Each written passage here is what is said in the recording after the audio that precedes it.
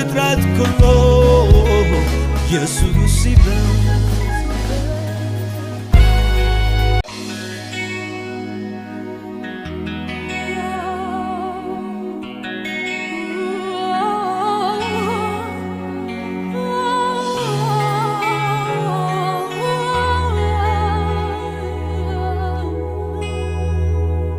ጥራይ ኩናብ ጎኔ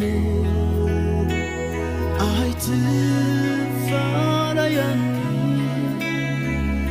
ኣጠቢቐ እፈልጥ ክንተዋፅኣኒ ጥራይ ኩናብ ጎኔ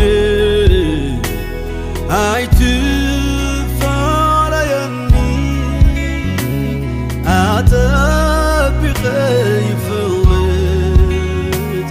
كنت واتأني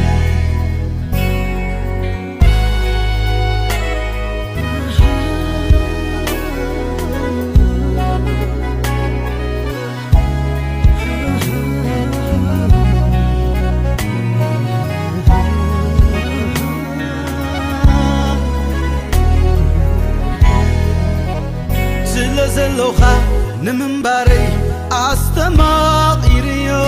هاليلويا زلوخا نمنباري أستماقيريو هاليلويا أملاك خلو أبزفان قرمان كبر تسلمو يسوس علو أبزفانو قرمان كبر تخبيبو بقدمو نسو حيال فطرات كله يسوس يبل بقدمو نسو حيال فطرات كله يسوس يبل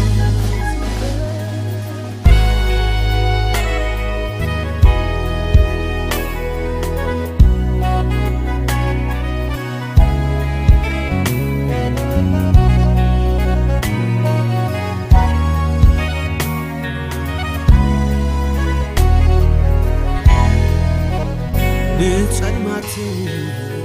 سوي كايو مبرهنكا تكي خايو نتدنكور نعلخا يتي خني نبحفوخا نتدنكور نعلخا يتي خني نبحفوخا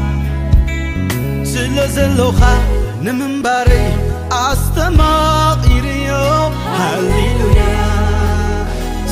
زلوخا نمنباري أستماقيريو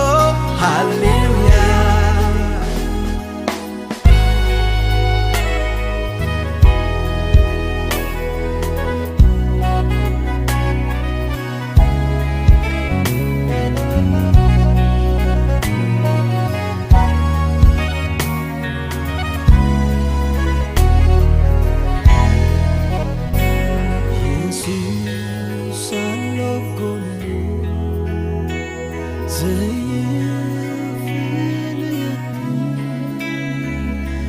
أرجع كتير كنز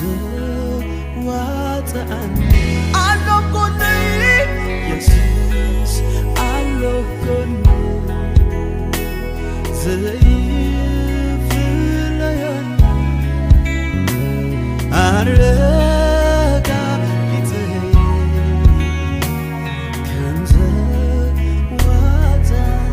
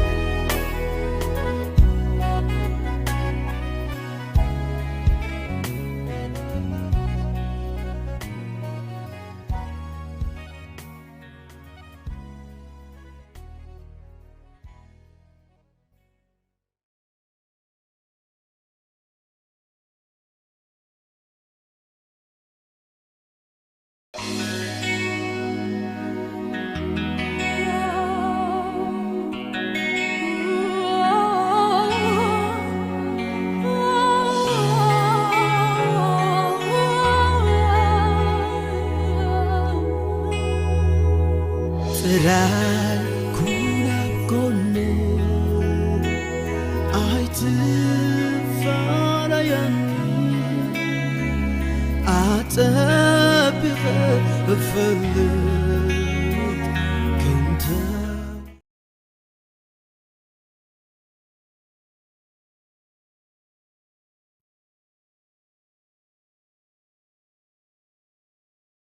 መዝሙር ዳዊት 29 ካብ ሓደ ከምዚ ትብል ኣቱም ውሉድ ብርቱዕ ንእግዚአብሔር ሃቡ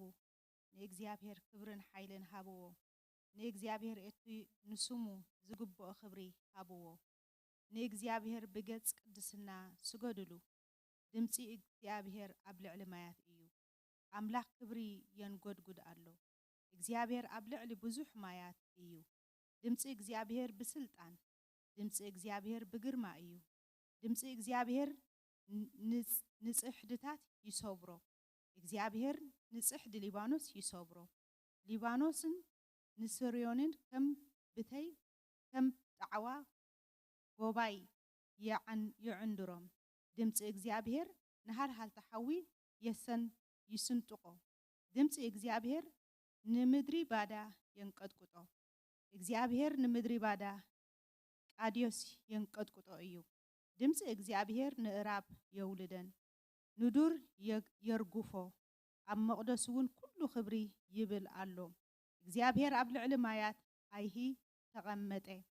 ኤሬ እግዚአብሔር ሲን ዘለዓለም ነጊሱ ተቐመጥ እዩ እግዚአብሔር ንህዝቡ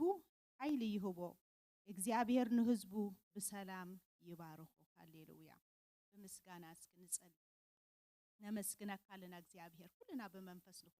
ነመስግን ነው ነዚ ከምዚ ዳምሰለ አምላኽ ከምዚ ዳምሰለ ጎይታይና እንገልግል ከምዚ ዳምሰለ አምላኺና እንገልግል ሞስከነ መስግን ነው እጋርና ናብ ቤት መቅደሱ ናብ መቅደሱ ዘሰጉማ ዝገበረን ዒንትና እንዳራአያ ብኦ ይኾይንልና ብፍላይ ንሕና ጸቢቕና ክንስተማቆር ዝግባአና ናይ እግዚአብሔር ስራሕ ኣብዚ ምድሪ ስደትና ኣብዚ ምድሪ ባዳ ዝኾነ ምድሪ ባዳ በቃ ሃሌሉያ እግዚአብሔር ሰናዩ ከምዚ ትገብር አምላኽ ይዘለና ሞ ኣብ መቅደስ ኮይና እስከነ መስግን ነው እግዚአብሔር ንህዝቡ ድረድ አምላኽ እግዚአብሔር ንህዝቡ በመሕረድ ደንብር አምላኽ እግዚአብሔር ኩሉ ዝኽእል አምላኽ ሞ በምስጋና እስከነ እቶና በአምላኽ ኣብ መቅደስ እስከ በምስጋና ነው እቶ ሃሌሉያ እግዚአብሔር ንባረከካ ለና እስከነ ቦሎ እስከነ መስግን ነው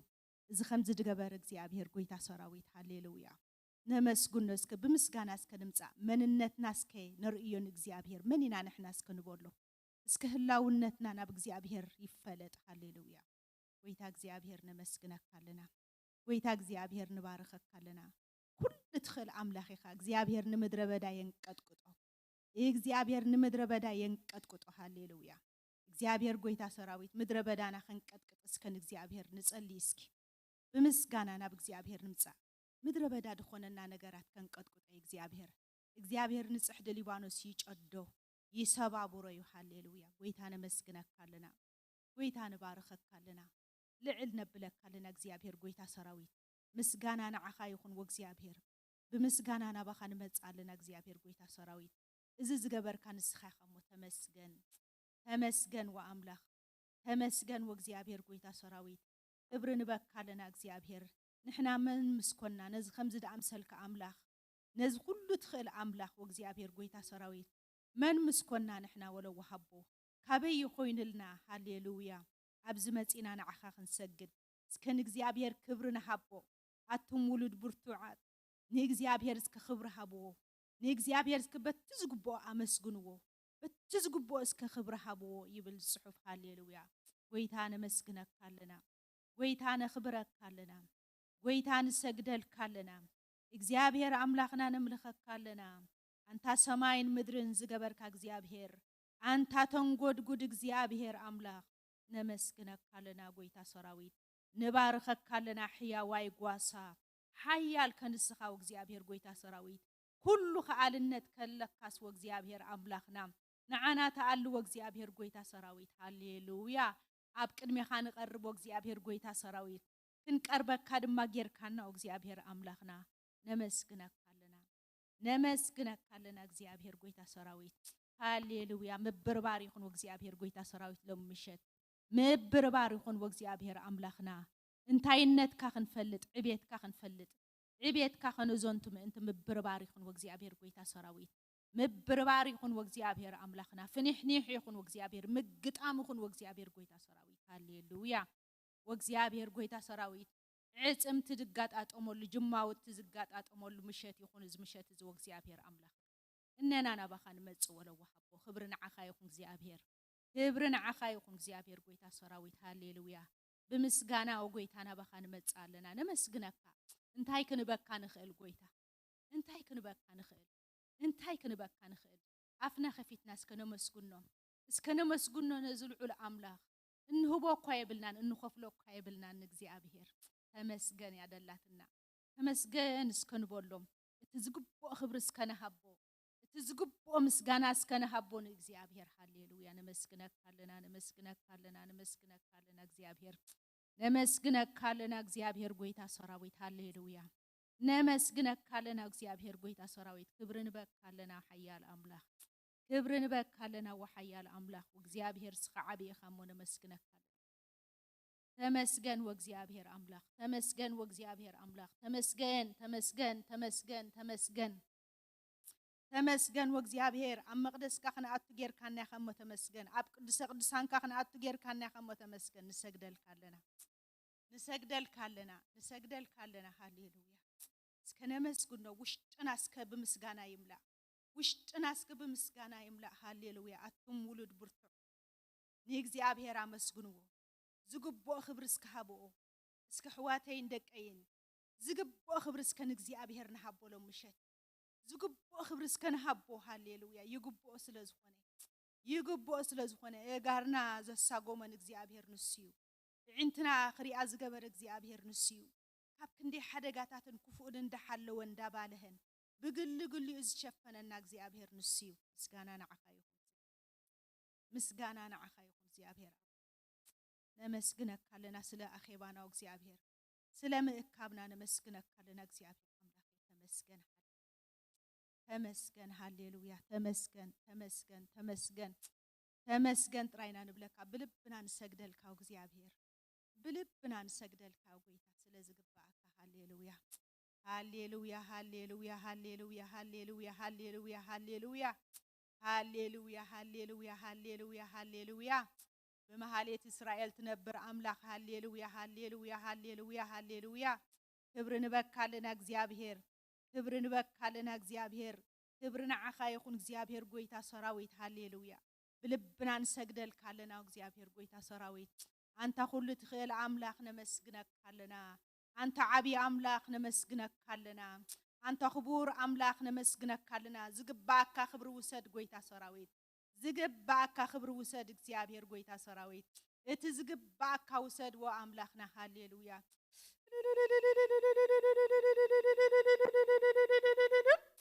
هاليلويا هاليلويا هاليلويا هاليلويا هاليلويا كبر እግዚአብሔር نجيسو ግርማ ለቢሱ أتابع الجرما እግዚአብሔር نمسجنك كلنا أتابع الجرما እግዚአብሔር نمسجنك كلنا درتين እግዚአብሔር قويتا سراويت لميتن زيبل كأملاك نمسجنك كلنا وسن زيبل كأملاك نمسجنك كلنا እግዚአብሔር ولد كازجبر كنا أملاك نمسجنك كلنا عدلو وجس زيبل كأملاك نمسجنك كلنا لعل نبلك كلنا هاليلويا نمسجنك كلنا እግዚአብሔር أباها نقرب زجبر كنا كبرنا عخا يكون بودخا بيسوس سم نمسكنا لنا እግዚአብሔር سلو ودخا يسوس نمسكنا كلنا እግዚአብሔር بوي قريب كنا وقيتا مو نمسكنا كلنا نمسكن اسكي هاليلويا نمسكن اسكي ساعات الزفولي غزي خونلنا فولي ساعات كخونلنا كم قدم حج زي كونه هاليلويا كبرنا عخا يكون እግዚአብሔር نمسكن وقيتا هاليلويا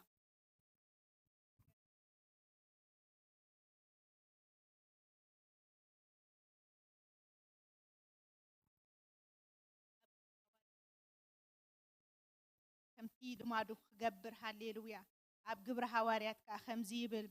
أب جبر حواريات رابعي معرف كاب سلاسان حدن كمزيبل حجد ما قويتاي نام فرهم رئي بسم التقدس ودخا يسوس محواي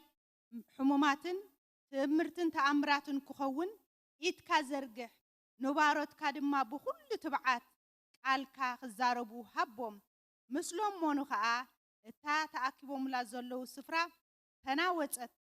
ኩላቶም ከዓ መንፈስ ቅዱስ መልኡ ቃል ኣምላኽ እውን ብትብዓት ተዛረቡ ይብል ሃሌሉያ ሃሌሉያ ዝምሸት ዝንዓና ከም ዝኾነልና ብትብዓት ኢና ሲእና ደልና ብዙሓት ኣብ ከባቢና ኣለዉ ኣየደንጉፅኽንን ብዙሓት ኣለዉ ኣብ ከባቢና የማንን ፀጋመን ከብ ዘይፈልያ ብዙሓት ኣለዉ ኢየሱስ ደይሞተሉ የለን ደም ኢየሱስ ደየፅርዮ ከዓ የለን እዞም ንሓልፎም ኣብ መገዲ ዶ ትሪኦም ሰብ ድራግ ዶ ትሪኣ ብድራግ ዶ ተታሕዙ ሆሙለስ ተባሂሎም ድፅውዑ ዶ ትሪኡ ጥቕኦም ኣይቅረብኒ ሕማቕ ኤርያ እንዳተባሃለ ቀተልትዮም ድበሃሉ ዶ ትሪኣ ኣብዛ ዓዲ ስለምንታይ ናብ ዝደለና እግዚኣብሔር እዩ ዝፈልጥ እሞ ጎይታ ግን ሞይቱሎም እዩ ደሙ ፍሲሱሎም እዩ ጎይታ ድማ ድልዎ ገፅ የብሉን እዚ ትብዓት እዚ ምስሎም ሞን እምበኣር እታ ቤት ህቦ ብላ ንፋስ መልአት ብመንፈስ ቅዱስ መልአት እሞ ብትብዓት ቃል እግዚኣብሔር ተዛረቡ ሃሌሉያ ሎሚ ምሸት እንድይበሉ ምሸት ክኾነልና እስከ ንጽሊ ንለምን ድማ ንሕና ቶም ኣቦታትና ምስሎም ሞኑ ትብዓት ተዋሃቡ ትብዓት ቃል ካብ ኣፍና ክወፅእ እቲ ሴፍ ዝኾነ ቃል ምስ ወፀ ከይወግአ ዘይምለስ ቃል ክወሃበና ሓደሽቲ ፍጥረት ሓደሽቲ ነፍሳት ክንከውን ልምሸት ሃሌሉያ ኣብ ሓድሽ ቦታ ክንድይብሎም ምሸት ጎይታ ንልምን ኣለና ከምቶም ኣቦታትና ንልምን ኣለና ኣየዳሉን እግዚኣብሔር ኣይንዕቕን እግዚኣብሔር ኣድልዎ ገፅ የብሉን እግዚኣብሔር ንዓና እውን ክወሃበና ክእል እዩ ስለምንታይ ናብ ዝደለና ስለምንታይና እንዳርኤና ንኸይድ ስለምንታይና ንሓንቲ ነፍሲ እኳ ክንረድእ ደይከኣልና ወእግዚኣብሔር ትብዓት ሃበና ኣብ ዊልቸር ዶ ትሪኣ ምትሳእዱ ሰኣኑ ዶ ትሪኣ ኣለኽን ዳዓሩ ዶ ትሪኣ ድፀመሙ ዶ ትሪኣ ኢየሱስ ኣይተለወጠን ሕዋተይ ኢየሱስ ኣይተለወጠን መንፈስ ቅዱስ ንዓጥራ ይንበል መንፈስ ቅዱስ ኣብ ኩሉ ሓቂ ክመርሓና ንሎምኖ መንፈስ ቅዱስ ከደይበና ንሎምኖ ለምሸት ኣኼባ ልማድ ኣይኹን ናይ ልማድ ኣኼባ ኣይኹን ጎይታ ንልምነካ ኣለና ናይ ልማድ ኣኼባ ይኹን ዝኣኼባ ዝጎይታ ንጽልይ ኣለና ኢየሱስ ተረኸብ ኣብ ማእከልና መንፈስ ቅዱስ ኣብ ኩሉ ሓቂ ምርሓና እንገብሮ ፍልጠና መንፈስ ቅዱስ ትብዓት ከም ድመላእካዮም ቃል ድማ ከም ተዛረቡ ሕሙማት ከም ድሓወዩ ወጎይታ ዛንታ ኣይኮነን ዝሓቂ እሞ ኣምላኸይ ንልምነካ ኣለና ጎይታ ህያዋን ግበረና ኣታ ህያው ኢየሱስ ህያዋን ግበረና ሎምሸት ንጸሊ ንሎሙን ኣሕዋተይ ክልሙኑ ከለዉ እዮም መንፈስ ቅዱስ ዝመልአ ሎምሸት ጥራይና ኸይንወፅእ ሒዝና ክንወፅእ ምእንቲ ንርስዖ ኸይከውን እዛ መዓልቲ እዚኣ መዓልቲ ታሪክ ክትከውን እዛ ግዜ እዚኣ ታሪክ ክትህልዋ ንሎሙንን እግዚኣብሔር ደይሎሙንን ይድበለ ሎሙንን እኳ ይድበለ ጎይታ ኣቦና እኳ ሎሙንን ይድበለ ጎይታ ንልምነካ ኣለና ክንልወጥ ጎይታ ንልምነካ ኣለና ክንርኢ ጎይታ ንልምነካ ኣለና ክንሰምዕ ሃሌሉያ ካብ ስጋና ክንወፅእ ሰማይ ክንርእዎ ጎይታ ሰራዊት ንጽልይ ኣለና ሰማያውያን ክንከውን ናይ ሰማይ ክንሓስቦ እግዚኣብሔር ንጽልይ ኣለና ሃሌሉያ ጎይታ ሰራዊት ብኻልእ ወረ ከይንወሓጥዎ ጎይታ ብኻልእ ዕላላት ከይንወሓጥዎ ኢየሱስ መንፈስ ቅዱስ ንጽልይ ኣለና ሎም ምሸት መንፈስ ቅዱስ እቲ ኣብኦም ዝወረደ ናባና ክኸውን ትብዓት ክወሃበና ወመንፈስ ቅዱስ ከባቢና ወጎይታ ንምድሓን ክንከውን ንብርሃን ክንከውን ወጎይታ ንምድያብ ክንከውን ወኢየሱስ ንጽልይ ኣለና ሎም ምሸት አቤቱ እግዚአብሔር ርዳና ባባ ርዳና ጎይታ ስለምንታይ ኣብዝለና ዝኻ ትፈልጥ ወእግዚአብሔር አምላክ ንጽልይ ኣለና አምላክ ንጽልይ ኣለና ሎም ምሸት አባባ ሃሌሉያ ጎይታ ትብዓት ድስኣና የሎም ምሸት ምዕጣቅ ክኾነልና ጎይታ ከዓጢቕና ክንወፅእ ወእግዚአብሔር ጎይታ ሰራዊት ንጽልይ ኣለና ጎይታ أنت لبما تديتات وإግዚአብሔር ጎይታ ሰራዊት ወለዋሃቡየ ከም ኣተን ከይድና ወእግዚአብሔር ካብ ሓዊ እንምንዝዕክን ከውን ወእግዚአብሔር ንጽልይ ኣለና ብድንጋጽ ዝተመልአና ክንከውን ወእግዚአብሔር ኣቦ ድምጽኻ ሰሚዕና እንለልኽን ከውን በኢየሱስ ስም ንጽልይ ኣለና ጎይታ ኢየሱስ ሃሌሉያ እግዚአብሔር ኣቦ ዘትክመካ ነገር ኣባና ኣይሃሉ ወለዋሃቡ ድኻምና ቅንጥጠልና ለምሸት ድኻምና ልግሰልና ወጎይታ حدثنا نبلالنا وإግዚአብሔር أملاخي قامان كنبل كنبر أي تحدقنا هاي ما نتنياتات كمخانا وصانا وإግዚአብሔር كريستيان تراي لسان كمخانا دحننا وإግዚአብሔር لساننا تراي كريستيان كيبل وإግዚአብሔር نصلي لنا وأملاخ نلمنك لنا بابا بقدسنا دالهم مش سفلينا قويتا سراويت نصلي لنا قويتا يسوس هاليلويا بابا هاليلويا قويتا نصلي لنا እግዚአብሔር أملاخي ونصلي لنا እግዚአብሔር كنمنزع نصلي لنا قويتا سراويت نمدحان كنكون طعمات مأزا طعمات جنا كنكون نصلي لنا نصلي اسك እግዚአብሔር ይካአል አብ ኢዱ ይደሎ ሙስኡ ይደሎ ትንደልዮ ሙስኡ ይደሎ ትንልሙኖ ሙስኡ ይደሎ خلوطና ለሙሸት ተለዊጥና ክንወጽእ ሓደሽቲ ሰባት ኮይና ክንወጽእ ሓደሽቲ ፍጥረት ኮይና ክንወጽእ በኢየሱስ ስም ሃሌሉያ በመንፈስ ቅዱስ ተለዊጥና ክንወጽእ በመንፈስ ቅዱስ ተመሊእና ክንወጽእ ታሪክ ደለዋ ግዜ ክትኮነልና ዛ ግዜ እዚኣ ኣብ ህይወትና ታሪክ ዘለዋ ክትከውን በኢየሱስ ስም ሃሌሉያ ንጽልይ ያለና እግዚአብሔር አቦ ልማኖና ስማዕ ጸሎትና ስማዕ ጎይታ ሰራዊት ልማኖና ስማዕ ጸሎትና ስማዕ እግዚአብሔር አምላክ አቦ ብትብዓት ተመሊእና ክንወጽእ ቃል ክንዛረብ ወለዋ አቦ ኣብ ገረባውትና ቃል ክንዛረብ ኣብ ኣደባባያት እግዚአብሔር ቃል ክንዛረብ ኣብ ስራሕና እግዚአብሔር ጎይታ ሰራዊት በመንፈስ ቅዱስ ተመሊእና እግዚአብሔር አቦ ሕሙማት ከሓዊ እግዚአብሔር ዕውራት ክሪኡ እግዚአብሔር አቦ ጥፋት ክምለሱ ወለዋ አምላክ አይተዳሉን ኢኻ ኢየሱስ ንኹሉ ኻሜት ካሉ ኢየሱስ ንኹሉ ኻደም ካፍሲስ ካሉ ወጎይታ ሰራሕተኛታት ድማ ንሕና ኢና ወአምላኸይ ሰራሕተኛታት ድማ ንሕና ኢና ወኢየሱስ ሃሌሉያ ነፍስ ወከፍ ስራሕ ተዋሂቡ ወጎይታ ኪድልካና ኻምኽን ከይድ ንጎሪልካና ኻምኽን ነግር መንዙዕልካና ኻምኽን መንዝዕ አባቴ ርድአና ለሙሸት ርድአና መንፈስ ቅዱስ ርድአና ነፍስ ወከፍና ሃሌሉያ لنفس وكفنا ردانا هاليلويا رحلا دابوس يرالا دابوس تيري محدالا دابوس يرحلا دي بورالا دابوس تيري دي مونارالا دابوس إيسوس بتباب ملعنا بلبونا ملعنا قويتا سراويت لمشت بلبونا بتباب ملعنا قويتا انت لبنا خفت وغزيابهر ابو تسفا صوعنا انتي مخان خنللن كنرئن وغزيابهر املاخ نصلي لنا غزيابهر ابو تمسجن واملاخ سلاز غزيزي تمسجن سلاز ساعات زو غزيابهر تمسجن سلاز اسخاز غبركاي وغزيابهر نمسجنك نباركك كانالنا ክብርና አኻይኹን እግዚአብሔር አቦ እንሆን ባሪያ ድማ መንጎና ተረኺባ እግዚአብሔር ጎይታ ሰራዊት አቦ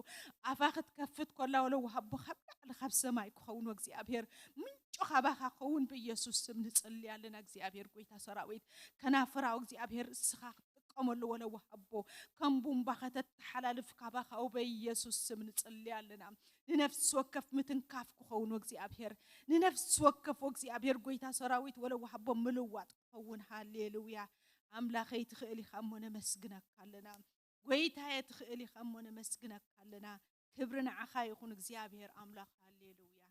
تمسجن أبابا تمسجن ويتها تمسجن أي تلوت كان እግዚአብሔር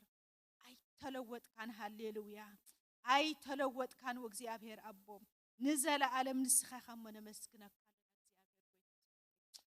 خلوات نسخايت لوات اني خاوله وحبو انه دقخا اوالدكا كنكونلكا وغويتا سراويت وابو اوداتينا والدين كون لي كم زبلكا غويتا سراويت اوالدكا كنكونلكا لمشت بيسوس سم نصليال وابوي نصليالنا ጸሎትና ስማዕ እግዚአብሔር غويتا سراويت هاليلويا تبارك እግዚአብሔር لعل بل እግዚአብሔር تبارك እግዚአብሔር غويتا سراويت هاليلويا وغزيابهر ابو زديب كديب لهم مشت وغزيابهر غويتا سراويت دصانانا وغزيابهر غويتا سراويت لهم مشت ولا وحبو دقبع كقبع زغزيز وغزيابهر غويتا سراويت ولا وحبو دلبم كلبم وغزيابهر غويتا سراويت وابو دقنع كقنع ما انت ولا وحبو فوق زبلت حواوس زبله بيسوس سم تحرم يكون بإيسوس كريستوس من سلطان اندفرس يكون بإيسوس كريستوس كي زبله يفرس هاليلويا حوس واس دبله يفرس بإيسوس كريستوس سم هاليلويا بهلن لمدن نايك أدم كفوق دبله دتحوس دبله بحري بإيسوس سم دفرس يكون تما قلت أملاخا وبحرينا كون تتصوعنا مم بإيسوس كريستوس بحر أملاخ زي كونه يسبر بلا لخلم مشت ባህር አምላክ ዘይኮነ ይፍረስ በኢየሱስ ክርስቶስ ስም ስልጣን ሃሌሉያ ጎይታ ተስኻ ዝሃብካና ጥራሕ ክንጥቀም እቲ ንስኻ ዝበልካና ጥራይ ክንከውን በኢየሱስ ስም ንጽልያለና አንጀር በባና መንፈስ ቅዱስ ሓደ እኳ ናብ ስጋ ገጽ ኸይጥምት ወለ ወሃቦ ሓንቲ እኳ ናይ ስጋ ኸይጥምት ወለ ወሃቦ ሓንቲ እኳ እግዚአብሔር ጎይታ ሰራዊት ስጋና ምስ ናይ ፍትወቱ እንሰቅለሉ እዛ ምሸት እዚኣ ክትኮን ወለ ወሃቦ ስጋና ምስ ናይ ፍትወቱ እንሰቅለሉ እዛ ምሸት እዚኣ ትኮነልና ጎይታ ሰራዊት ሃሌሉያ እዚ ክትገብር ኢኻ ሞ ነመስግነካልና ክትገብር ኢኻ ሞ ነመስግነካልና بسمي زبالكم خم تقبلكم أماني خالكنا قويتا سراويت زلم منا يتقبلنا إنا مونا مسكنا كلنا እግዚአብሔር ክብር ንበካልና ምስጋና ንዓኻ ይኹን እግዚአብሔር قويتا سراويت هاليلويا ተመስገን ተመስገን ተመስገን ተመስገን ልዑል እግዚአብሔር ተመስገን ኩሉ ትኽእል አምላክ ሃሌሉያ ክብር ንህበካልና ክብር ንዓኻ ይኹን እግዚአብሔር قويتا سراويت هاليلويا ነፍስ ወከፍ ኣብ ዝድመጸት ንጸልሕ ዋቲ ነፍስ ወከፍና ከይተተንከፍና ኸይንወጽእ نفس وقف كي تلوتنا خي نوصل قدم رأسنا قدم نعنا قدم نعي وشتي أنا خلوت أنا كستات لوت كستات كير ديكونس أنا خلوت كنبل نرأسي قدم أنا خلوت أمامتاي كعري الرعاياي كعري سقمت تحتي كعري بيسوس سم أنا نخرستوس يتطوعي أنا ناي قويتانا يسوسي أنا ناي بينو ناي እግዚአብሔር ناي بيني أنا خنبلو بيسوس سم هاليلويا كم تمال أيدوليني ناي تمال خنبل حدش سقم تخن سقم حدش بحريخن ناي እግዚአብሔር ناي بينو خن كون إذا مش زي أتخنلنا إذا جزية زي أتخنلنا إذا ساعة زي أتخنلنا እግዚአብሔር هاليلويا نمسجنك كلنا نباركك كلنا እግዚአብሔር هاليلويا خبر نبكالنا እግዚአብሔር قويتا سراويت كل خبرنا عخا يخون مسغانا عخا يخون እግዚአብሔር مشيتنا نبخا نركبالنا ساعاتنا نعخا نركبالنا እግዚአብሔር أبوي وእግዚአብሔር إذانا نسخا كفتو ولا وحبو وشتنا نسخا مكتتالنا كل نسخا كفتو እግዚአብሔር قويتا سراويت هاليلويا خبر نهبالنا اجدما እግዚአብሔር كبر يخون بأمنت دما مزامران دما ومزمر كغلغلنا ام قويتا بارخ نእግዚአብሔር أنا مسكونة إنا بحبار كنا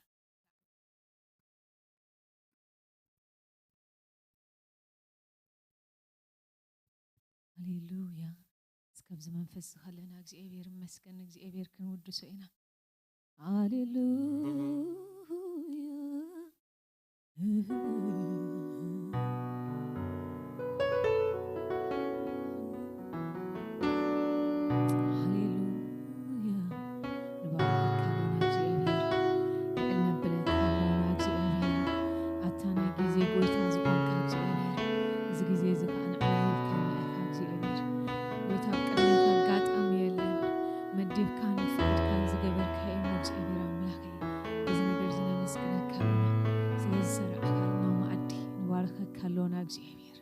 هاليلويا هاليلويا بعل عب محرت እግዚአብሔር محرت كنا تدمنا بتوانا زبزح خيو تعبنا تدمنا እግዚአብሔር قمي خان قلبنا نعفان نفكرنا እግዚአብሔር ندنقك كلنا يزمشت هاليلويا هاليلويا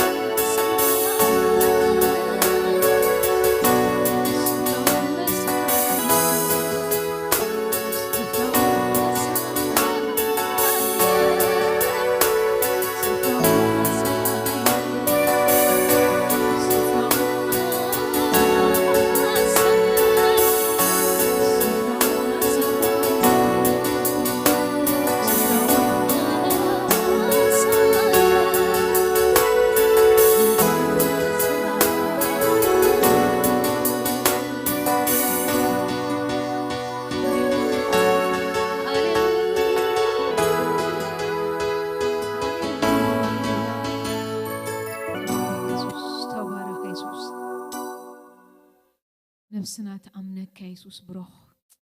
نأمنك እግዚአብሔር ብሩኽ ተመስገን ሃሌሉያ ሃሌሉያ ሃሌሉያ እግዚአብሔር ይመስገን ገናን እግዚአብሔር ክነምልኾ ኢና አምላኽ ይመስገን ሃሌሉያ ሃሌሉያ በምልኾ ዝሰርሕ አምላኽ ኣብ ምልኾ ኢሉ ዝገልጽ እግዚአብሔር ሃሌሉያ ልብ ባሮቱ በሓጎስ ዝመልእ ሃሌሉያ እስከ እግዚአብሔር ተኣመንና ነምልኮ እግዚአብሔር ይመስገን ሃሌሉያ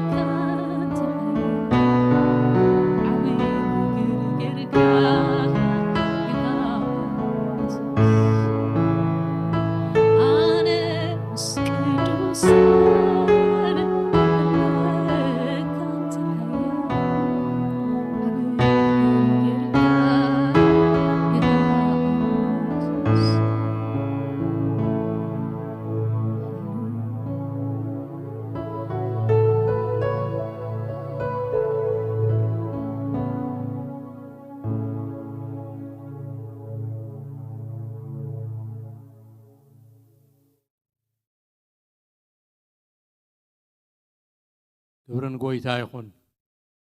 زيابير مسجن بيتي حبتنا زيابير يباركي إرمياس زيابير يبارككم كبرنا أملاخ يخون نقويتا متي يخرا خبنا نحاتنا كل خاتكن زي سلسة معالت زي أقدمنا فلينا يو قويتا خمت قويتا خرا خبنا نفس وقفنا نسوق الزاربنا وشتنا خبصحو سب زي كونه منفس قدوس كتنكفنا يوتنا upside down يوتنا غيره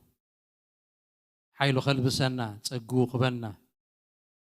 كل جزء معلت فلي خان قويتا تتصابي وخلى خاي متسي قويتا ندلي كان لنا اختبلو خلى خاي متس نزن قويتا بزن سلست معلتي جزء فلينا ندليو لنا دلينا لنا زاقيت منفس قدوس ترقيب له أما أكلنا له منفس قدوس جنا خبزي نايلو معلتي زبلت صباح دحري دما جابير فلوي زخانة بركت فلوي زخانة تسقى نفس وقف كنا الدليل كنا له نفس وقفنا الدليل نالو كبرنا أملاخ يخون مريم سخابة زي وسد قده حري الله جزي وسيداس مسقويتا خوف كتبل فتيا دمصخ السمع فتيا نفس وقفنا بزلنا دما جزي وسيدنا أبو أقرو خوف كنبل دمصخ نسمع زاربنا نسمعه دسنا كفلت أنا جزي وسيدنا نتصابي لنا كبانا زي وسد قد حرينا لنا جابير كاخبص حناي منفس قدوس كبص حناي بصقو خبص حناي كبرنا أملاخ يخون جابير يمسكن زامنت نفس آمين تبل آمين كبرنا أملاخ يخون أبزن سلسة معلتي زين تنزقبرا بروغرام قويتا خيبت حنساي كيدني إنا نبل كل خاتكن كي بارخ كاننا يحدق كاني خمتي ياقوب زبولو كي بارخ كاني زن معلتات زين كي تراخب كاني يوزي كي تنكفكا قل نقر كي قبركاس أي حدق كاني زن سلسة معلت زين سي ناخا يبين اللخو نسخاخت كبرلن دليل لخو هيوتين دقنا كسرح دليل لخو محداس كخون اللي دليل لخو حدش مجمار كخون اللي دليل لخو حدش معراف دليل لخو خبغاز خونه نقر دليل لخو أبزن سلست معلت زينسي تراخبن قويتا تراخبني نبلوك زيابير كان نفس وقفنا كبس حنايو كبرنا أملاخ يخون كبرنا أملاخ يخون زيابير يبارك زي خي وسد حبتنا حريتي عدمينا تقبلا أما أكلنا ترخيب الله كل خات كنسكن قعد حن مساك بلا زيابير يمسكن حبتنا حريتي قعد حن مساكي I would like to say welcome كبرنا أملاخ يخون عم تحقسنا لنا نبركتكم تخون النخا نأمنينا زيابير يبارك نقدميت كتمت يا أخي أوش تخزرلوك زيابير زهابك كدما خطفسسلنا يا أخي كبرنا أملاخ يخون زبوتازي نحريتن منفس قدسن قد فلوخو سلام نعخن يخون مس باستر حويسكا سلام نعخم يخون ويتا يسوس يبارك تعمد دسيلوني راح يالو عمتات تمليسه سلازرأخوهم أنسى أخو إلنا نجزيابير نتصابيو نزعدل زي باستر شماغلتات سلازخفتكم وخا نايك موجود سلازرخف كرميكم نجزيابير مسجون اللهو thank you خالص نزعدل سلازحفكمني عمي دفتوز church زي عملخوكم بتعمي زنافقه ويتا باريخكم الله زمرتي بما عملخو እግዚአብሔር ይመስገን ስለጸጉ ሃሌሉያ thank you Jesus ናብቃል አምላክ ቅድመ ምኻድና እስከ ክንጽልይና thank you Lord ሃሌሉያ ኢየሱስ ሃሌሉያ ጎይታ ሃሌሉያ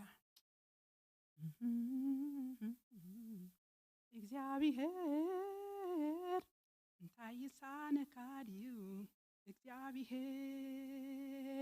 እንታይሳነ ካዲዩ እግዚአብሔር እንታይሳነ ካዲዩ እግዚአብሔር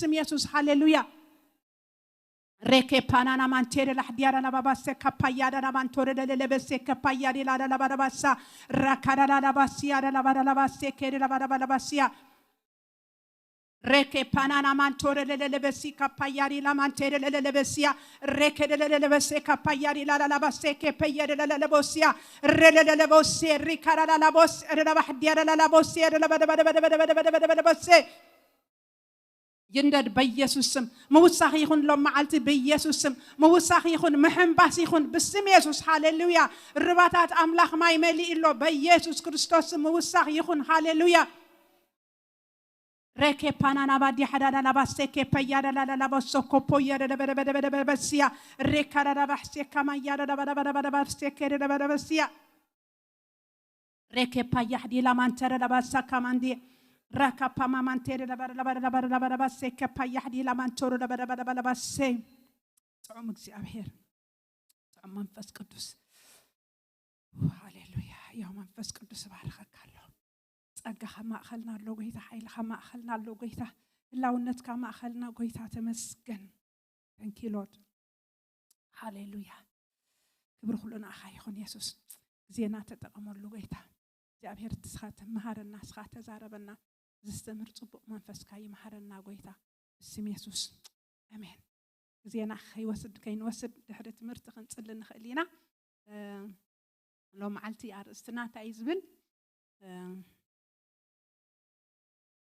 thank you Jesus hallelujah ዘበና ነለልን ንጠቀመሉን እንታይ ንግበር ዘበና ነለልን ንጠቀመሉን እግዚአብሔር አምላክ ይመስገን ኣብ ቃል አምላክ ሲ ደቂ ይሳኮር ዝበሃሉ ነይሮም እንታይ ዝፈልጡ ዘበናት ዝፈልጡ እስራኤል በብግዚኡ እንተኸገብር ከም ዝግብኦ ዝፈልጡ ነይሮም ደቂ ይሳኮር ስለዚህ ሰስርሖም ነይርዎም ገሊኦም ንገለ ዝወፍሩ ግን እዚኦም ብፍላይ ነት ህዝቢ መሪሕነት አምላክ ዘለልዩ እስራኤል በብግዚኡ እንተኸገብር ከም ዝግብኦ ዝፈልጥዮም ነይሮም እግዚአብሔር ባረኽ ሎሚ ኸ መንፈስ ቅዱስ አሎ ኣብ ማእኸልና እንተኸንገብር ከም ዝግብአና በብግዚኡ ዝነግረና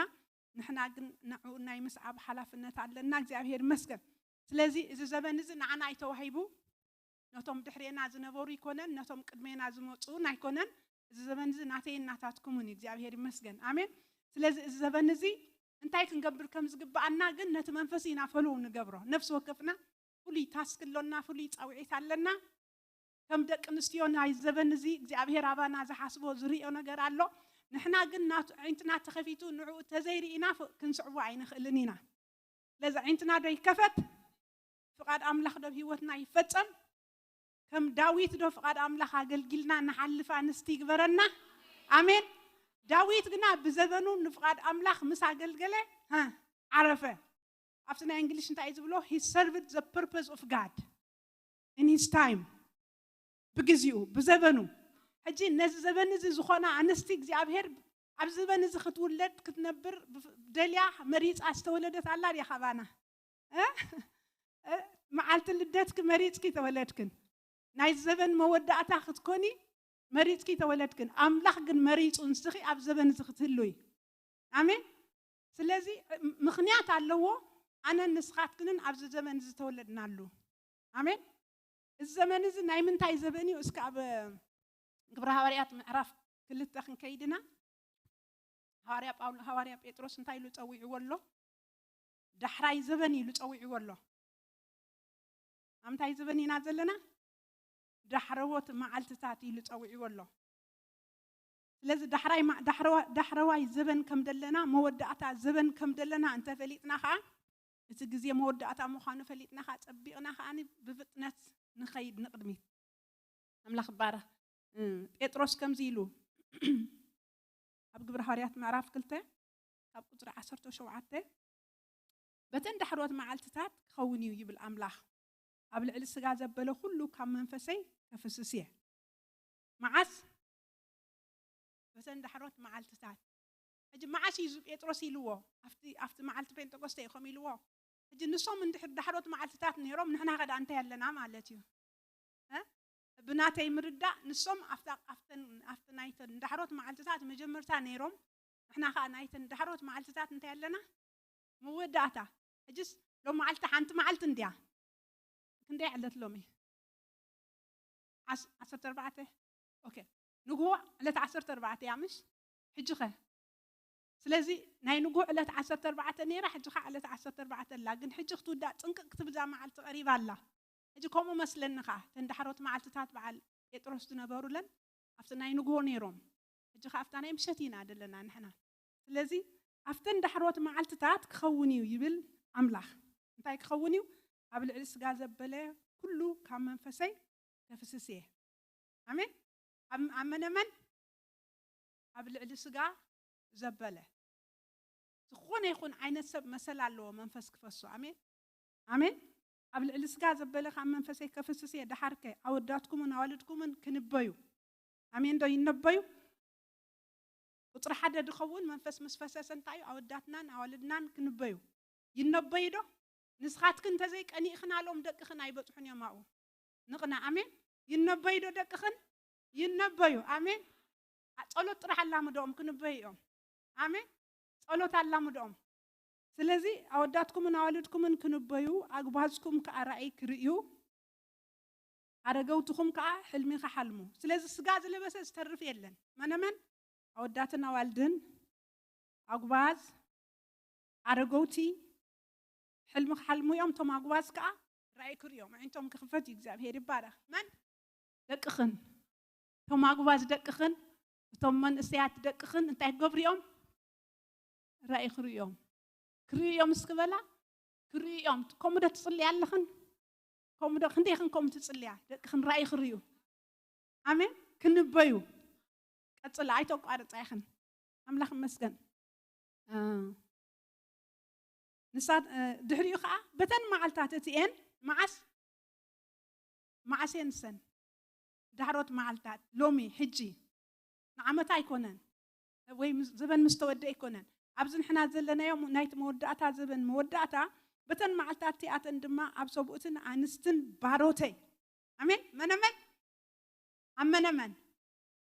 ኣብ ሰብኡትን ኣብ ኣንስትን ወላ ሓደ ሰብ ዝተርፍ የለን ቆልዑት ኣግባዝ ኣረገውቲ ኣንስቲ ሰብኡት ኣብ ኩሎም መንፈሰይ ከፍስስየ ድሓርከ ክንበይኦም ራእይ ክርእዮም ሕልሚ ክሓልሙ እዮም ኣሜን ኣነ ድማ ኢሉ ሽዑ ኣብ ላዕሊ ኣብ ሰማይ ተኣምራት ኣብ ታሕቲ ኣብ ምድሪ ከዓ ትእምርቲ ደመን ሓውን ጣቓን ክገብር እየ ሕጂ መንፈስ ቅዱስ ምስ ፈሰሰ ናይ ትንቢት ዘበን ምስ ኮነ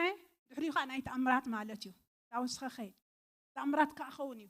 ኣብ ሰማይ ኣብ ላዕሊ ተኣምራት ክኸውን እዩ ኣብ ታሕቲ ኣብ ምድሪ ከዓ ተኣምራት ክኸውን እዩ ኣምላኽ ይመስገን ናይ ተኣምራት ዘበን ኢና ተወሊድና ማለት እዩ እቲ ዓባይን ግህትን መዓልቲ ጎይታ ከይመፀት ቅድሚ ምጽኣት ጎይታ ኣይድኸውን ፀሓይ ናብ ጸልማት ክትልወጥ እያ ወርሒ ከዓ ናብ ደም ክኸውን ድማ እዩ ስም እግዚኣብሔር ዝፅውዕ ዘበሎ ኩሉ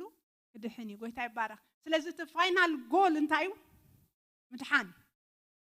ስም እግዚኣብሔር ዝፅውዕ ዘበሎ ኩሉ ምንቲ ክድሕን እዩ መንፈስ ቅዱስ ዝፈስስ ስለዚ መንፈስ ቅዱስ ምስ ፈሰሰ ነቢያ ዝንበዩ ሰባት ይትስኡ ራእይ ዝርእዩ ሰባት ይትስኡ ሕልሚ ዝሓልሙ ሰባት ይመፁ እንታይ እዮም ተሪፎምኒ ራእይ ዝርእዩ ሕልሚ ዝሓልሙ ዝንበዩ ትእምርቲ ዝገብሩ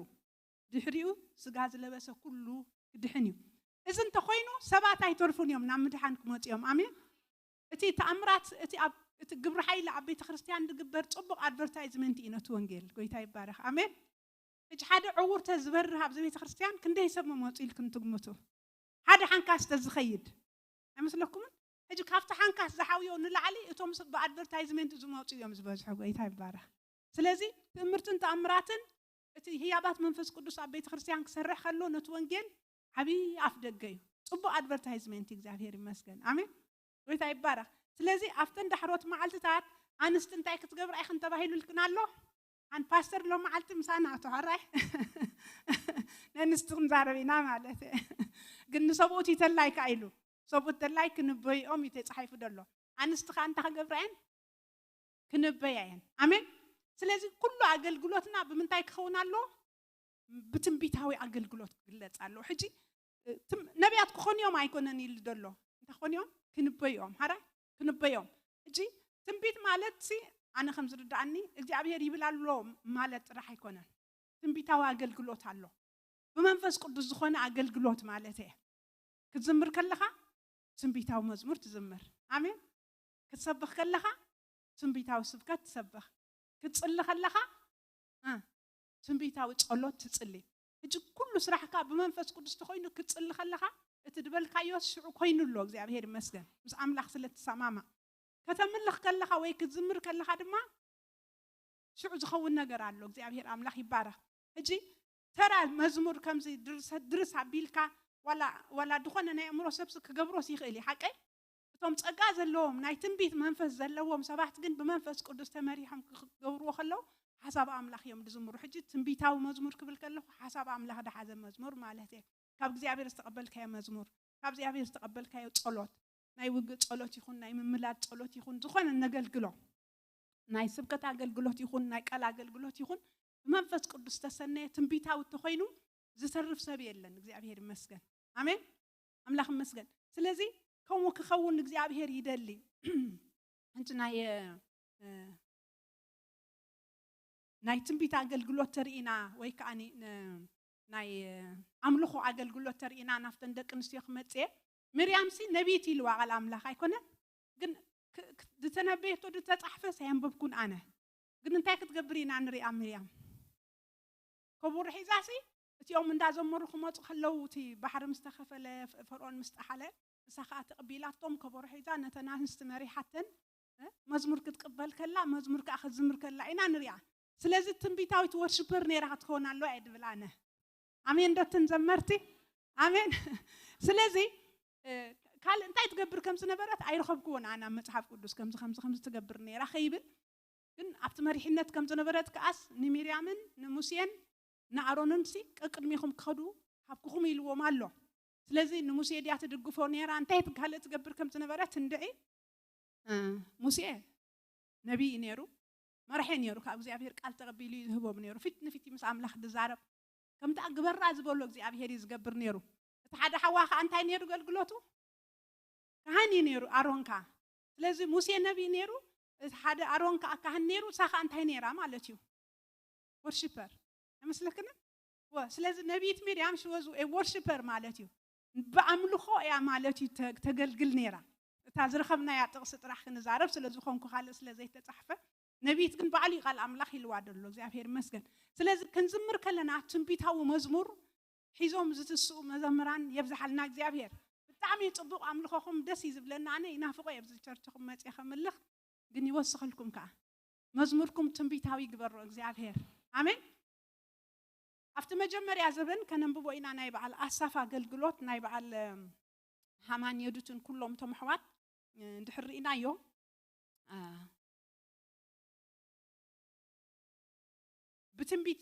بتنبيت مزمور سينا قرو خمس نبرو تتحيف الله اجتي انت بغنا عند هارمو خلو موسيقى عند تتصاوتو خلو انت عيد خون نيرو منفس እግዚአብሔር አብሉ اليوم يمصمو شو حدش ነገር ይድመጽ ማለት ትንቢት ይመጽ በመዝሙር ትንቢት ይመጽ شعتهم صحفتك أنت يقبرون يرون يصحفوا صحفت بحالو عم بيبكن على خن مش عم صحف كده صحفتي أجي توم صحفتي يوم نحق صحفتي نتحق تصحفوا نتهز بحق زمهرو يوم ساعتهم قل قال أنت يقبرون يرون عفت بيت مقدس كملخ كله من فزق زي أبي راب توم مملختي ما تسمو نايتن بيت مزمور هبام نايتن بيت ملختي هبام توم صحفتك يصحفوا نمثالي خن بعد داويت مالتي زي أبي رام لخي مسجد سلزي كل مزمورنا worshipers أنستي ملينا على واحد جب إرتراويان حكي ويتاي بارا مليسو يوسخن تنبيتاو خايق برو مزمورا جابير أملاخي مسكن كنري ناس كنايتهم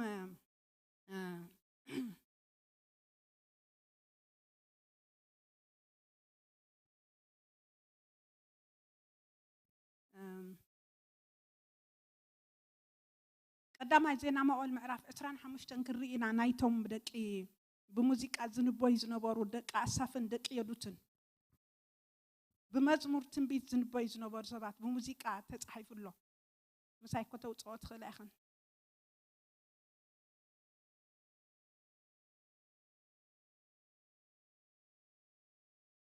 قدامي زينا ما أول معرف إسران حمشتن كاب حدا ساعة شدشته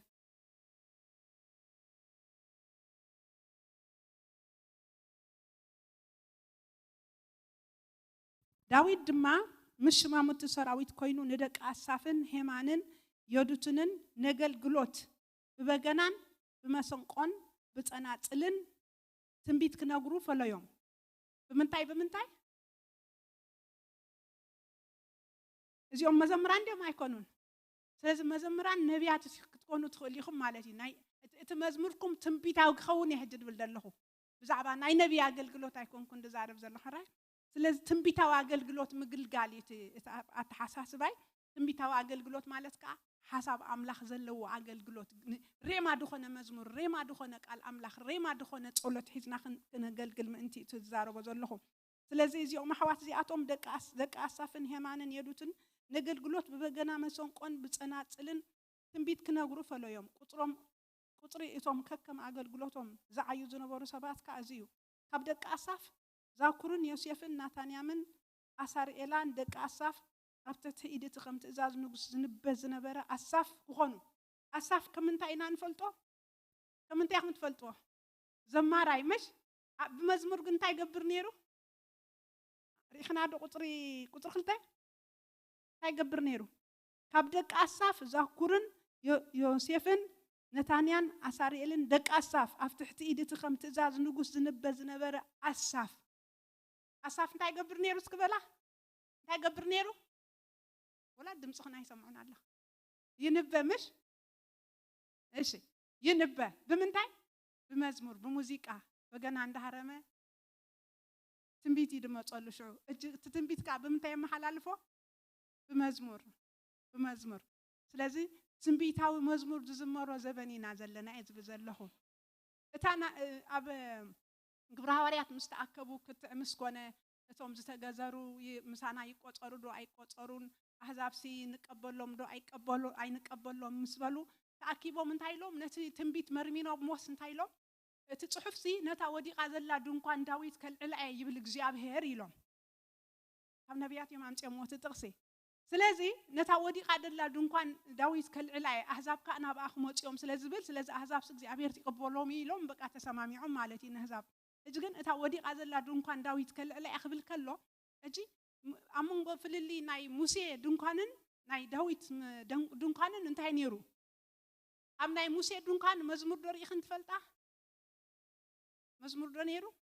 አይነበረን ኣብ ናይ ሙሴ ኣብ ፍሊ ደብሎ ካፍቲ ናይ ሙሴ ድንኳን ናይ ዳዊት ድንኳን ታዩ መዝሙር በገና ድዝምሩ ናይ ሓድሽ ኪዳን ስታይል ነይሩ ማለት ዳዊት እግዚአብሔር ይመስገን ንሱ ባዕሉ ካ እንታይ ነይሩ ዘማሪ እቲ መጀመሪያ እቲ ጻውዒትናቱ ቀንድ እንታይ ነይሩ ንጉስ ክኸውን ይተቀበ ይኮነን ግን እቲ ጥዑም ናይ እግዚአብሔር ናይ እስራኤል ዘማሪ ኻይልዎ ኣብቲ መወዳእታ ዘበኑ እቲ ጥዑም ናይ እግዚአብሔር ናይ እስራኤል ዘማሪ እቲ ቅቡእ እግዚአብሔር ካተባሂሉ ብዛዕቡ ስለዚህ ዳዊት ኩሉ ግዜ በገና ሒዙ ክቃኒ ከሎ እንታይ ይብልዑ ይድመጽእ መንፈስ እግዚአብሔር ስዑን ትንቢት ይዝምር አሜን ዶ ትንቢት ትዝምራ ዋልድ አሜን ንዓኽኔ ዛረብ ዘላ بتنبيت زمرة دقنستين دحج دسا آمين كم تناي قدماي كخونني مزموركن إذا زبن زنا يمودعتا زبن أودعتكم نقولكم كنبيهم ترى حدا يكون عنستن صبوتن كا كنبيهم باروتي أبتم عقل قلتي كنبيهم أتوم زمرت عقل قلتي مزمورهم تنبيتاويهم بقنا خدور رخلو منفس እግዚአብሔር አብልዕ ሊኦም ከመጽዩ ሽዑ كنبيهم آمين ويتاي بارا ስለዚህ አሞዳታ ዘበን ናይ መንፈስ ቅዱስ ስራሕ ዘበን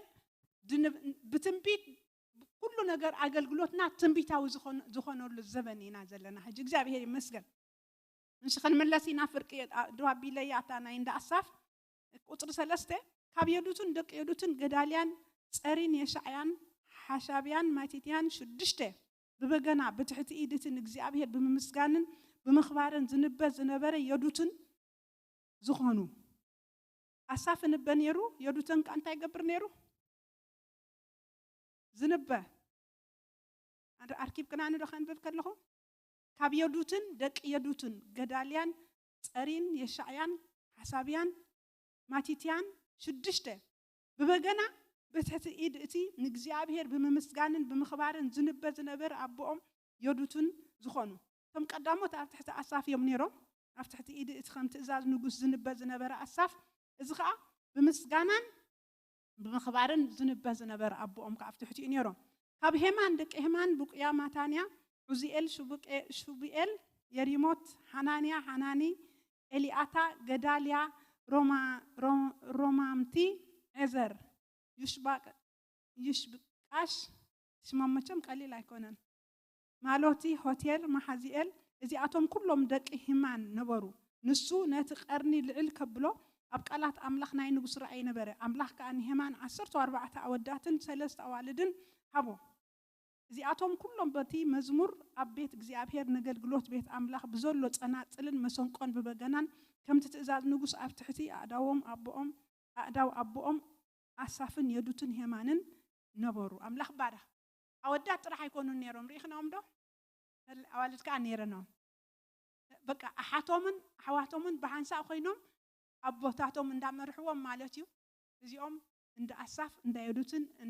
እንዳ ሃማን ሂማን whatever ኣምላኽ ባረኽ ንሶምን ደቆምን ኣዋልዶምን ኣወዳቶምን ብመዝሙር ብበገና ብመሰቆ ብምምስጋን ንኣምላኽ ይንበዩ ነይሮም ሕጂ በገና ክድርድሩ ከለዉ ሲ መንፈስ እግዚአብሔር ኣብ ልዕሊኦም ምፅእ ይብል ማለት እዩ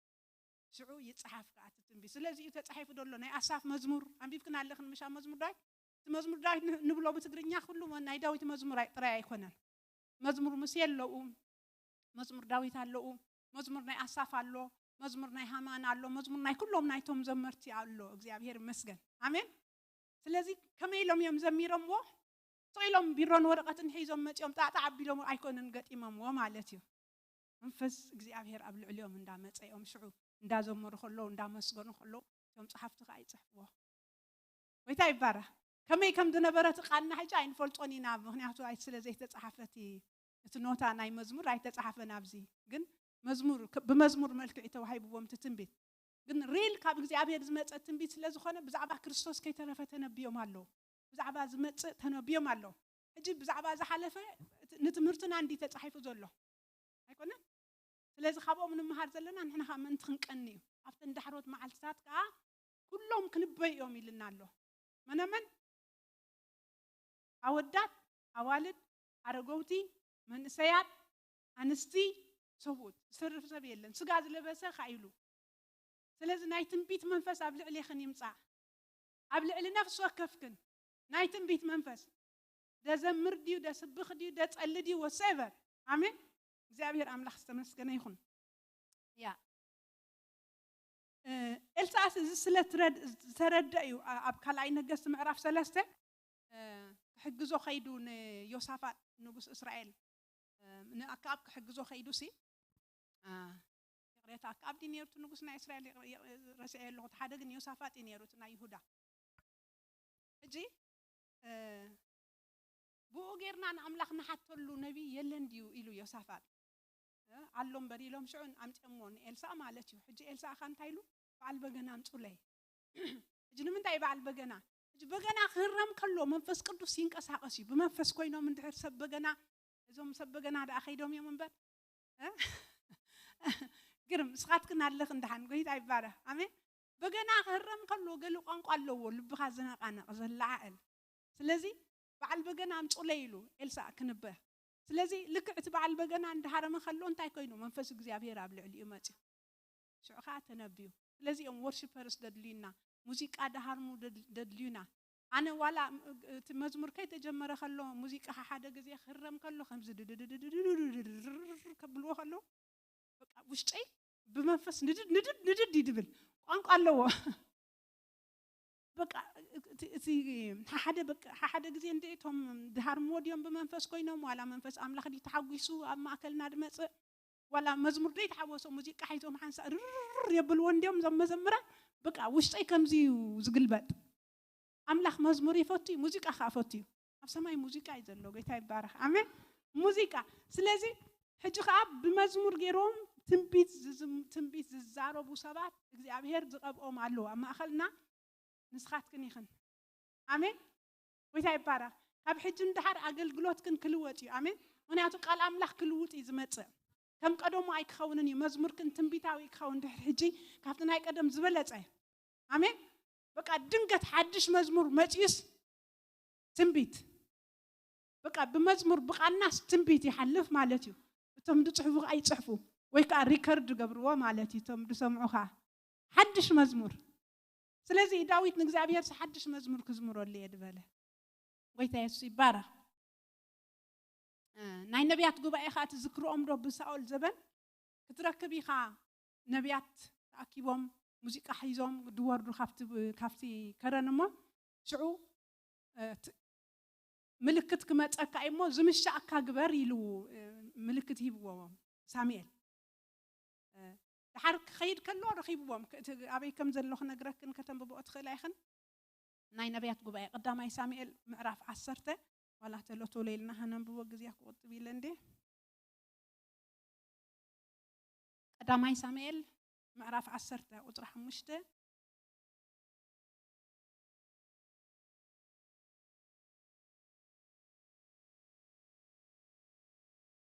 دحرزي نابت زبعنياتات فلسطيماويان زلو خرب املاح كتمصيخا خونكا ايو نابتا ختما خطاتو خلخا ابا اكوبات نبيات قدميهم دما بغنان كبرون امبلتان مسونقون غيروم كابت بريخ وردو خطركت بيخا نساتهم كا كنبيهم منفس እግዚአብሔር دما ناب لليخا خورديو مساتاتهم كا خدنبيخا قال اسب كتكون دما خدلوطيخا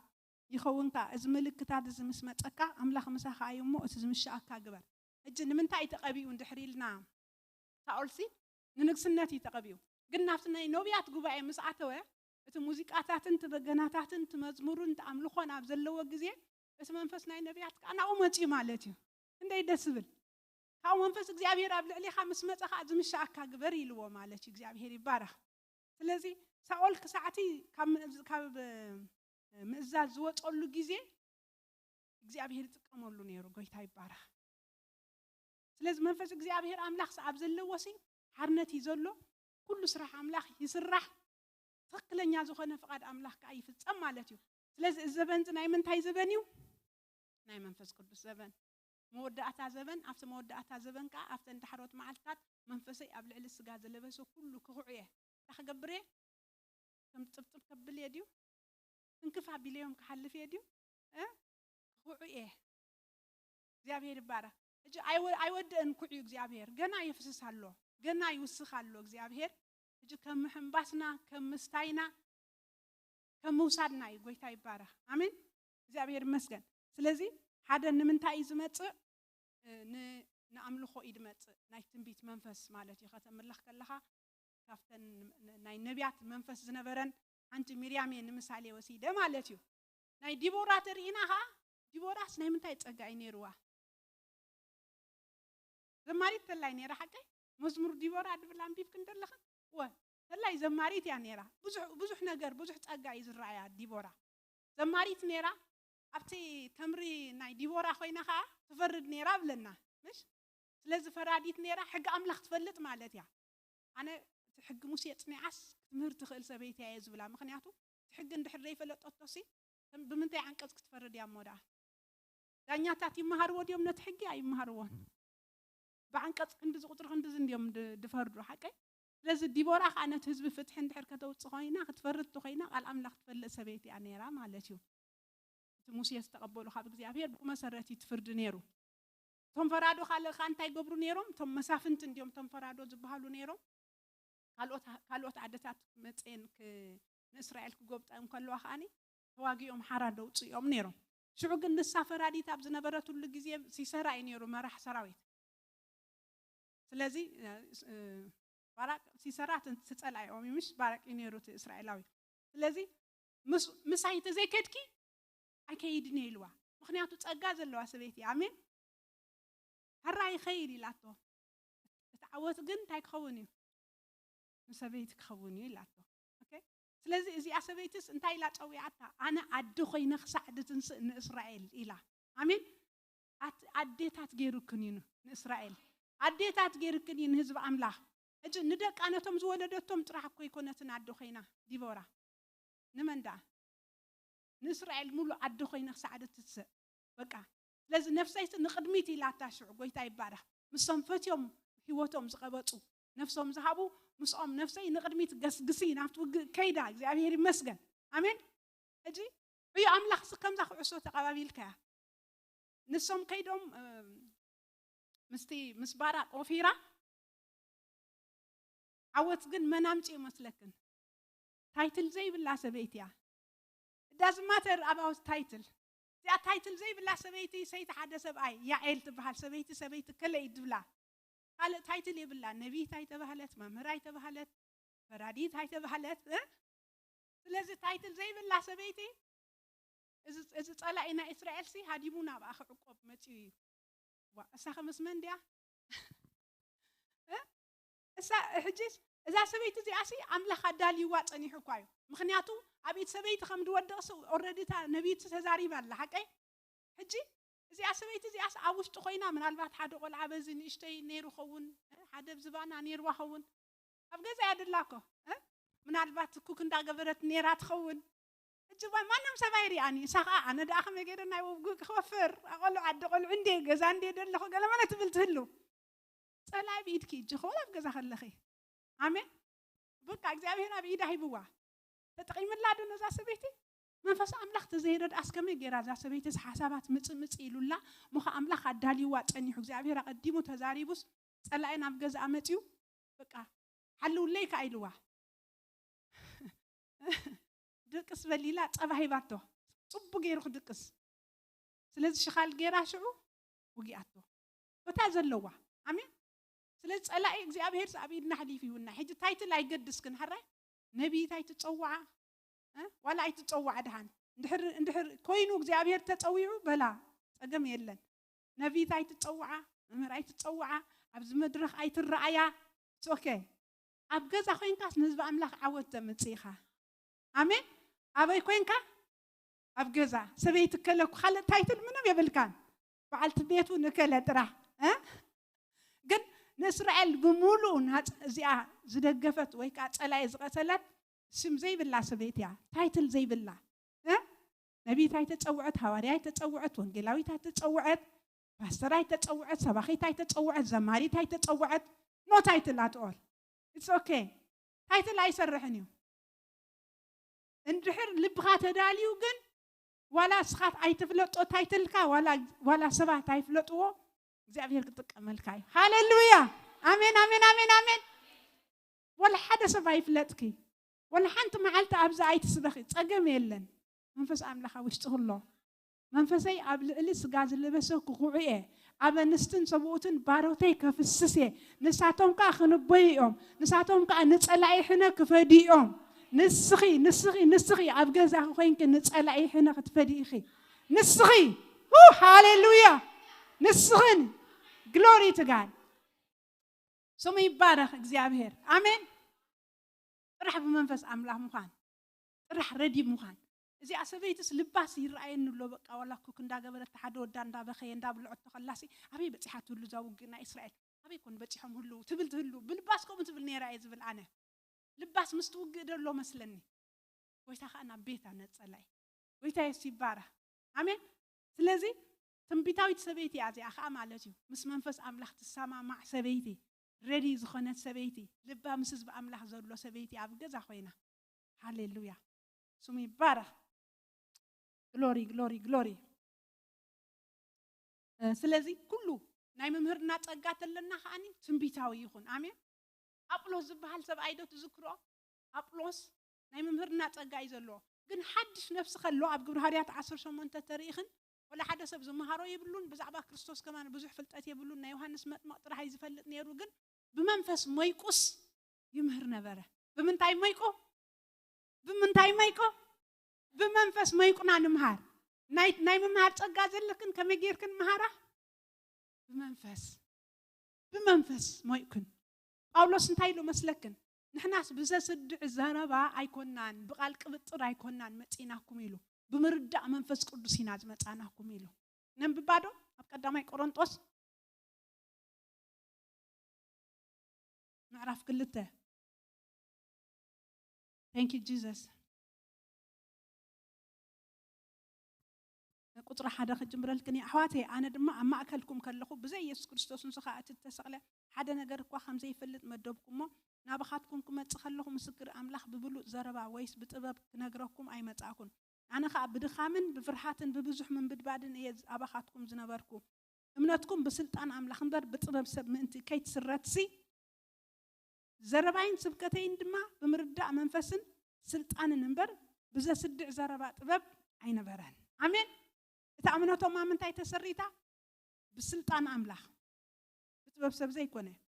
بسبكتين كعب من تاي نيرو بمردع منفس قدسن سلطانن ينيرو آمين اجي ولا ساندي سكول ممهران تخينكن افت خلاص كبر املاح كمتي امين يل صحبتي امين قويتا يبارك افت زلخنو خلاص كتمهرا خلخن بمنفس كوينكن كبر املاح كمتيو اتم قلعت كا خنبيهم كم تتصبنا يو خغبر እግዚአብሔር امين ስለዚህ ولا تمهرتنا خنمهر كلنا بمنفس قدس ما يقنا آمين እግዚአብሔር ምሳናይ መንፈስ ቅዱስ ኮብ ኩሉ ይዘሎ እሱ ዚአቶ የለን ማዕጣይ ዕጸዋ ወላ ሓንቲ ይክልከል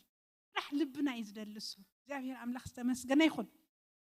ኢየሱስ ክርስቶስ ከ አኽምህር ከሉ ከመይ ገይሩ ምህር ነይሩ ከምቶም ጸሓፍቶም ዘይኮነ ስልጣን ከም ዘለዎ አሜን በትኻብ አፉ ዝወጽ ዘረባ ጸጋ ኸ ይግረሙ ነበሩ አይነት ጸጋ እዩ አሜን መንፈስ ቅዱስ ከ ይብልዕልዩ ነይሩ መንፈስ ቅዱስ ቀቢኢኒ ይሉ ምሽ ናፍቲ እንታሽም ኸይዱ ናፍታ በናዝሬት መን ያንታዝ ዳዕበየ ለዓዲ ናዝሬት እንዲ ሐቀይ هو نام نازريت منفس قدس ملي وس كاب يوردانوس تمليسو شو نافت بيت مقدس آتيو متحف يبغى موخن بفسجن تلت بولون تياو رخيبو منفس እግዚአብሔር قبل عليه انت خجبر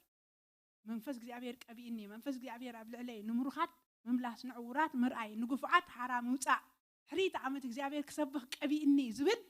هاليلويا رخيبو يسوع يقولون حج نسخني خن وسيت كل تقبعات قبل عليه خني دلو آمين يسوسي بينون دي قبو نيرو بزمدرزي حجن سماي مسكدق إنه تقبع ديستربيت جيروه آمين نابلا على مسديبه مركو معرخ نسبك وهبت حبه سلازي توهبت نابانا يوس نتي جوا እግዚአብሔር ይባረክ آمين سلازي لومي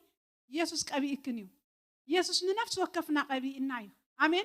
حج يسوع كريستوس ده يكون منفس እግዚአብሔር قبل عليه قبي إني زبل نسخات كني خن مالتي እግዚአብሔር مسجد ስለዚህ ትንቢታው አገልግሎት ከተገልግላ እግዚአብሔር ቀቢእ ክኒው አሜን ዛባ ስቲፋኖስ ተሪና ድማ ነት ዝዛረበሉ ዝነበረ ዛረባ ጥበብ መንፈሲ ክገጥሙሉ አይካሉ ምንም ከመልሽሉ አይካሉ ስቲፋኖስ ካ ጸጋን ኃይልን መሊእዎ ነበረ እዚ ነሩ እታ ማህበር ደሃበቶ ናይ ስቲፋኖስ ቦታ እንታይ ነሩ ምግብ ምዕዳል ግን አፍታቸር ትخላ አከሎ ምጽኢሉ ምግብ ይድዕድል ማለት እዩ እቲ ድተዋጸ ገንዘብ ሸይጦም ዲዮም እኽሊ ገዚኦም ነት ህዝቢ ንኽስቶ ንኽንደኽስቶ እንዳኽስቶ እንድዝቆልዑት ኣለዎም እንዳኽስቶ ኢሎም መቀልቦ መስለኒ ኣብ ደገ ግን ንሱ ምስ ወደ እንታይ ዝገብር ነይሩ ስቲፋኖስ ወንጌል ይሰብኽ ነይሩ ወንጌል ይሰብኽ አፎም የትሕዞም ጎይታኻ ብትእምርትን ተኣምራትን ይዝጥቀመሉ ዓበይቲ ትእምርትን ተኣምራትን ይዝብል ድሓር ተሲኦም ወሰባት ነቲ ዝዛረበሉ ዝነበረ ዘረባ ጥበብ ግን ክማጎትዎ ኣይተኻኣሎሙን مس منفس قدس كما يلوم خان الله آمين لو ستيفانوس يلن نسخلخي أنا اللي خبالي نسخلخي لو مترانايو نزم ودعتا زبن زفسس قبعات لو متراناي እግዚአብሔር مسجد ترى سبعة يكوننا نحنا منفس እግዚአብሔር زحدر الناس سبعتينا ننبس خميلنا እግዚአብሔር كنبي يوميلو كيف نبي يا أخي كنبي اسكبلا كنبي بتمرت كنبي بمزمور كنبئ آمين هاليلويا እግዚአብሔር مسجد ስለዚህ እዘን አንስት ዚአንስ እግዚአብሔር ነቢያት ይሉ ጻውዕ ይወናሎ ከምቶም ካልኦት ነቢያት ግን ክጽሕፋይ ንሪአኒና ካልኻ ዲቦራ እንታ ክትገብሪና ንሪአኻ ክትዋጋ ምሽ ናይ ውግእ መንፈስ ካባኽና ኣሎ ሕጂ ናይ ዲቦራ መንፈስ ኣብ ልዕሊኽና ኣሎ አሜን ሕጂ ብመንፈስ ተመሪሕካ ተዘይ ተዋጊእኻ ዓወት የለን እዛ ዲቦራ ትበሃል ሰበይትስ ተመሪሓ ዶ ብመንፈስ ኣይተመርሐትን كم مسلز فلتأي ناي مسائل وعمالتيو بل أبي كم زوج قاعد تصلى أخ نجرك يلاتو مالتيو ندا يا عيل يزموت عفزن إحنا خير نازل لنا برخا عين رخبونين she's a prophet آمين سلزي موجعنا زي ترف بمنفس توجي خاتم راح آمين سؤال الناس عبدو دق يودق الناينو واجع بين على منفس أنت عينت منفس يتدهرم آمين እግዚአብሔር ተዋጉ ሕጂ ልዲ ወላ ስቁልካ መጀመር ጸሎት ዲኻ ትገብሩት ናይ ውግ ጸሎት ኖ ብመንፈስ ንመራህ አሜን ብኸተይሉካ ብኸ ጸልተይሉካ ጸሊ ተዋጋ ተይሉካ መንፈስ ገለሎ በዚ ተይሉካ ተዋጋ አሜን ሓደ ጊዜ እኮ ናበይ ከም ድብል ጥይት ወድ ሰባ እዚኦም ወታደራስ ኣይትኩሱን እዮም ሓቀ ስቁሎም ስኸይጨመቱ ሲትኩሱ ዲዮም ተዋጋ ኣይትኾይኑ ይዕለምዩ حركة على إريخا النت أثير خوك خمس جبوخ أي مهاري مالتيو تواجع أتخاخم خنكونا لنا النت أثيرنا بمنفس أملاح أبي يزولو تهزر هر منفس نزابيت خريستيان زي أنت أكل كيلو وازولو أنت عينة منفسيو سقولنا ندحر حج كلا عينة منفس كله نخلى عينة منفس ندحر نقاوم على الناس سمعنا هذا ها هيسمعني نايدن زاز منفس أبقى لي يشرش تحتالو نحن فيش منفس أبقى لي يشرش تحتالو نايقل منفس أبقى لي يشرش تحتالو بقى نጻጽርካ ክትሃርም ክትክእል ኣለካ እንታይ ኢና ኮይና ውን ክትብል ኣለካ እኮ ሓደ ሰባኻይስ ሓደ መጽሓፍ ተጻሓፋ እቲ ፑልፒት ክኸብድ ኢሉ እቲ ቸርች ዳኣተውዎ ክኸብድ ከምዚ ቃልስ ናባይ ድምለስ ደሎ ይድጥዕመኒ ኢሉ በቃ ክኸብድ ኢሉ ከገልግል ከለኹ ድሓር ጾምን ጸሎትን ሒዘ ጎይታ እንታይ ጸገምና እንታይ ኮይኑ ደሪቑ እዚ ቸርች ኢለ ጾምን ጸሎትን ሒዘ ኢሉ ድሓር ብራእይ ሰዒንተይ ተኸፊቱሲ ሓደ ከምዚ ዋዓግ ዝመስል መንፈስ ኣብ ልዕሊ እቲ ፑልፒት ጠልጠል ኢሉ ርአ ኢሉ ለካሲ ነቲ ህዝቢ ከይሰምዕ ዝገብሮ ነይሩ በቃ ተቃልስ ናባይ ዝምለስ ዘሎ እዩ ዝመስለኒ እቲ ህዝቢ ከዓ ፍዝዝ ምስ በለ እዩ ሪቅ ነቲ ቃልስ ኣብ ልቡ ዘይኣቱ ኢሉ ሽዑ በልበል ርኤካ ኣለኹ ውረድ ኢለዮ ሽዑ እዚ ኩሉ ግዜ ክንደይ ግዜ ምሊኾም ኣለዉ እቲ ገዛ እኮ ግን ኣይረኣይዎን ሽዑ ግን ሲርየስ ስለዝደለየት ሰብኣይ ስለዝጸለየ ጎይታ ከዓ ገሊጹሉ እዚ እዩ ኢልዎ ክልክሎ ደሎ ንጸሎትኩም ኣብቲ እንታይ ዝበሃል ኣብዚ ጣራ እንታይ ናይ ቸርች እዩ ደሎ ሽዑ ውረድ ብስም ኢየሱስ ኢለዮ ሽዑ ጥብ ኢሉ ውፃ ኢለዮ ደድሕሪኡ ክሳዕዶ ማዕፆ ውፅአዮ ውፃ በል ካብዚ ቸርች ፈፂምካ ኢለዮ ድሓር ዝል ኢሉ ኣብቲ ጥቃና ናይት ክላብ ነይራ ናብ ኣትዩቲ መንፈስ ኢሉ ንፅባሓይ ተሓውነ ዲዳታ ገዛ አንዲድዎም ማለት እቲ ፑልፒት ካው እንድሓር ክቐልል ኮይኑ ኢሉ ክቐልል ኮይኑ በቃ ካልእ ቸርች መስል ካልእ ፑልፒት መስል ሓደ ግዜ ሓዚ ምሕዘናሞ እንታይ ኢና ኮይና ደይ ንፈልጥ ዋይ ክኸብድ ነበረሎ መዓልቲ ዋይ ናይ መን ፀገም ይኸውን ድዒ ኣምላኽ ይግለጾ ክደልዮ ኣለካ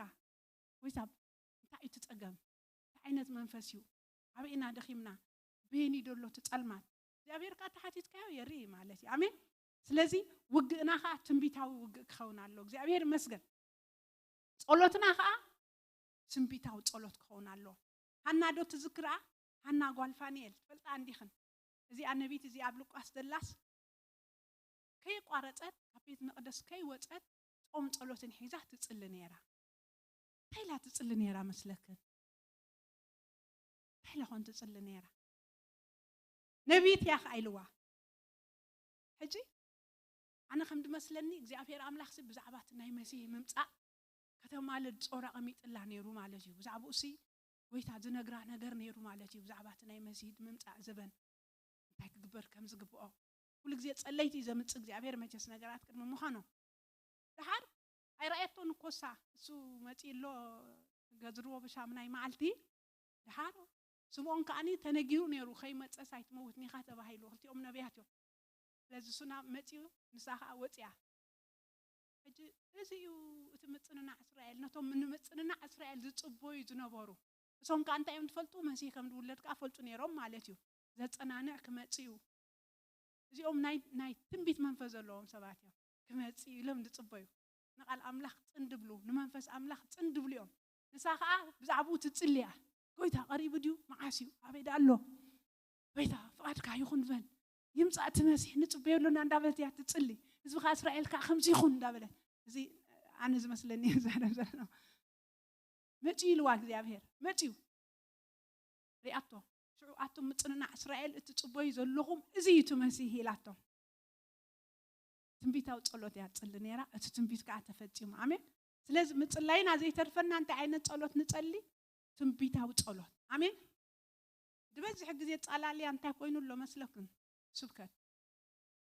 ጸለይ እቶም መራሕቲ ጸሎት ይሰብኩና ተንበርኪኽና እሶም ይዛረቡ ንሕና ካ ንሰምዕ እንደ ብዛዕባኹም ከመይ ከም ድኾነ እንደ ምሳኹም ጸለይ ይፈልጥኒ ኣብ ብዙሕ ዓድታት ግን ከይደለኹ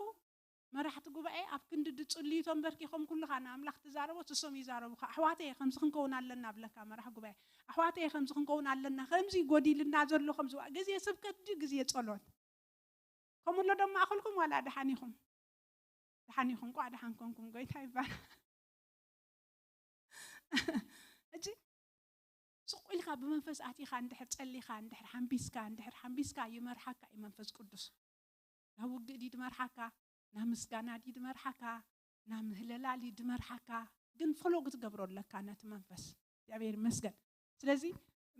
ጸሎት ማለት ብዙሕ ዘረባ ኣይኮነን ጸሎት ማለት ልብኻ መፍሳስ ኣብ ቅድሚ ኣምላኽ እዩ ሓደ ሰባኻ እንታይ ክብል ሰሚዐዮሲ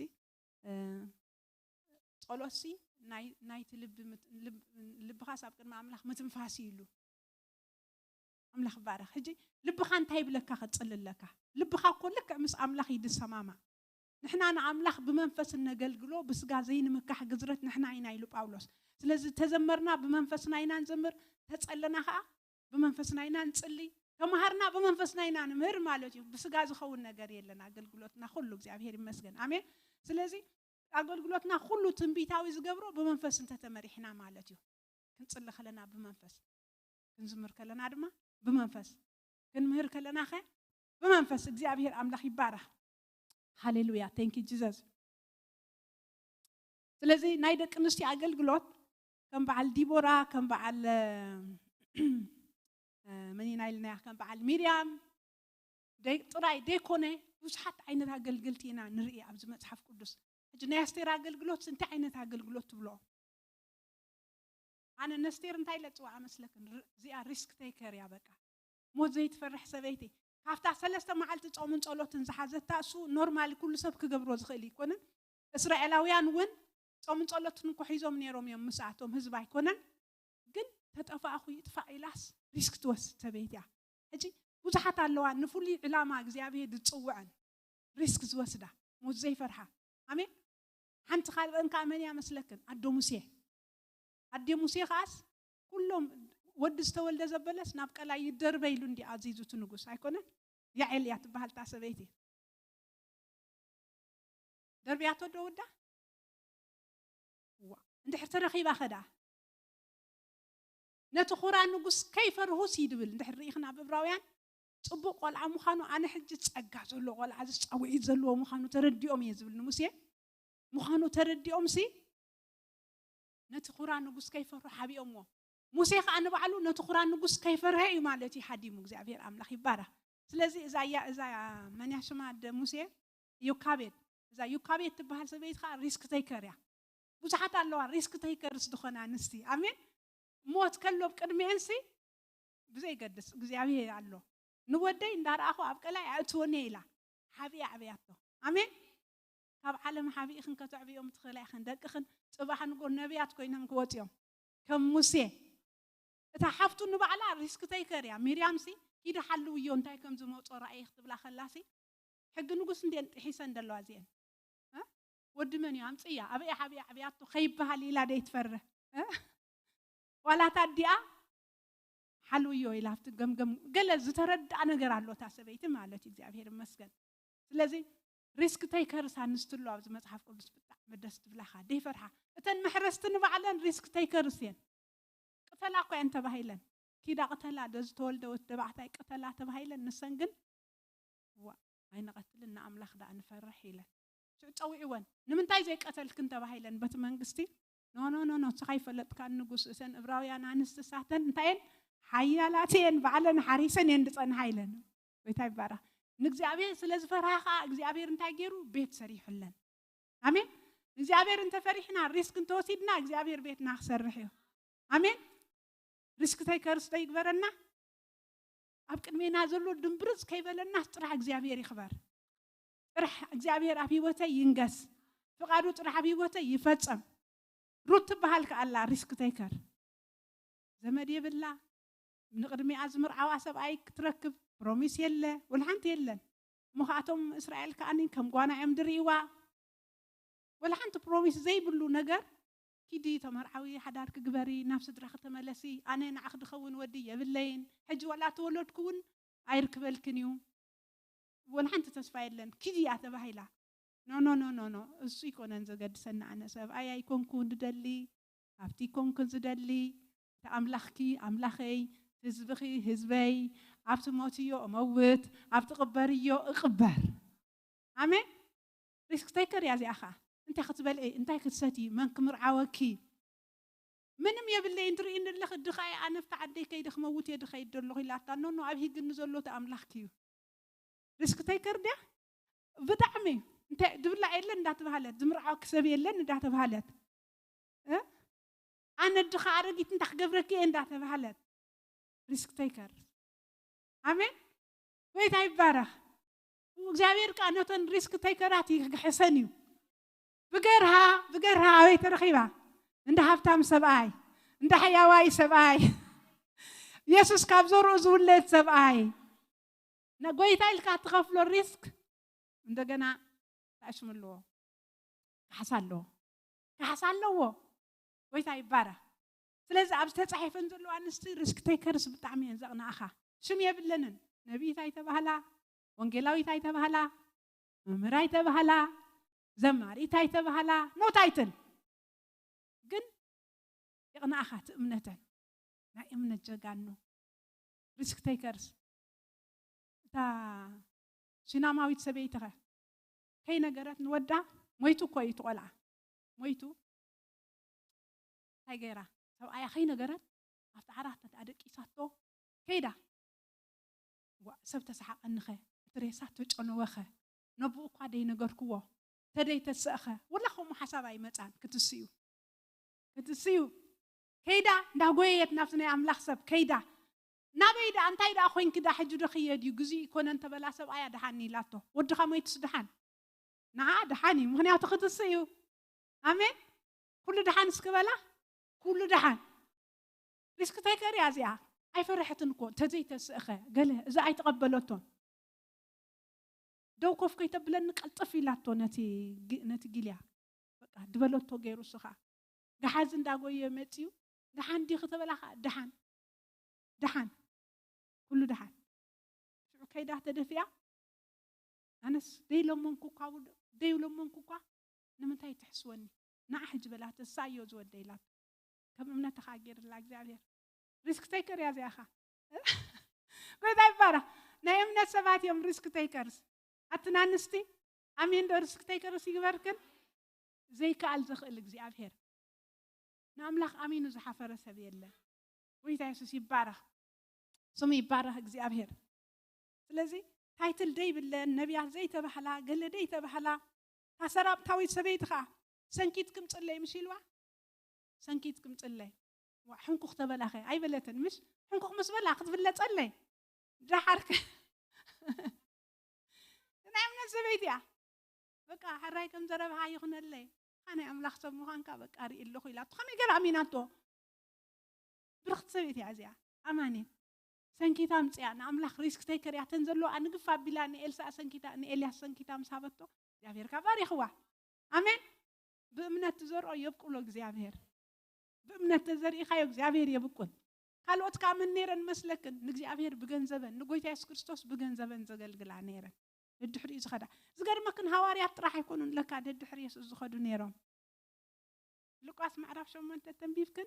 حيالو عن استخاء مسؤي خدا نبرة عدي وتم قلعوا حنت بزدو حيزون أم خنا سبيت كلا خايد بلنا كوسف حدارين مش نالبات حزيلنا ودخنات حدا ولا تحزيلو تحدا ولا أبغردو حيزونا واي مش يسوس خدا نيرن عدي بمنتايك أقلقلو سكبلا بجنزبن بكا بجنزب كاي قلقليو أبي كم دزور أو يفلتين زين مزرعة بتصبغ بوتا آمين جنزب كن سويل كن عيتو وجوع بزخنة مزرعة عبز بقول بوتا آمين نبي يسوس منستر دايتا وهذا نبي يوهب ويتاي بارا سلازي بزحي تقلقلوت جن بمنفس قدس تسني أقلقلوت مريحنة ناي قويتها زلو أقلقلوت ما هبكا زي ترفك أجزي أبير أبز مرحكا ما هب آمين أجزي أبير لبخا ينقري حدا جزي خطب عند حسب كاس لبخا نوجب لك جزي له نو كل بلك عطوي بالزلبخا وزي ترف عمل خد حد زي حقو صلو هاي تعب شو نبي دا يخب تلك شو يمرحك أجزي أبير عمل خباره آمين سيز جنزب ناتخونه بمنفس قدس مريح الناتيخون أقل قلوت ناتخونه بمنفس قدس مريح الناتيخون صلوت ناتخونه بمنفس قدس تسنيخون وقع ناتخونه بمنفس قدس مزمور ناتخونه تنبيتاوي مزمور آمين حدش نجر صنك نبل علنا نقولته زي أبير أملاخ يبارك كم يجرنا بزنبصح كم يجرنا بزنبصح كم تجزي أبير زدلينا أملاخ بخبر ما أخلنا خجلس انتخ نجبر علنا نسرائيلاويان زبلهم زنبرة تذكرادو صباح ما أكلكم بمتيمة بخبري هيجبروا تقدسوا دام تخم حسابه كبر أملاخ نري له الزبن زي أبير زمد دبلنا الزبن زي آمين تزبن كوميو نحنا الزبن زي كي تتقبلنا له تحلفنا نحنا نخسر اندحر زبن زي نحنا زي تتقمنا له نوتم دحرينا خصبي እግዚአብሔር ማለት እዩ نحنا ግን ጽባሕ ንግሆ ደይ እሙናት ይኽብለና እግዚአብሔር ስለዚህ ጽባሕ ማእከልኩም ክመጽእሞ ተቀደሱ ክፉእ ደበለ ርኹስ ደበለ ሕማቅ ዘበለ ካብ ማእከልኩም አውጹ ይብሎም ሶም ከአኸዳውንቶም ይሓጽቡ ገዝኦም የጽሩ ከባቢኦም ኩሎም ትዝገብርዎ ዝነበሩ ሳቶም ኩሉ ፊዚካሊ ይነሩ እጅ ግን نحنا ስፒሪቹዋሊ ኢና ንገብሮ አሜን ጋዓገል ጠም ዘበለ ይውጻእ ካብ ማእከልና በለካላ ዓካ ይውጻእ ካብ ማእከልና ዘይጠቅም ነገራት ይውጻእ ካብ ማእከልና ንህይወትና ዝሕዝ ዘበለ ብስም ኢየሱስ ክርስቶስ ይወቃዕ ክብሪ ኸይንርኢ ዝኽልክለና ዘበለ አመንጎና አመንጎ አምላኽን ዘሎ ብስም ኢየሱስ የልግስ አሜን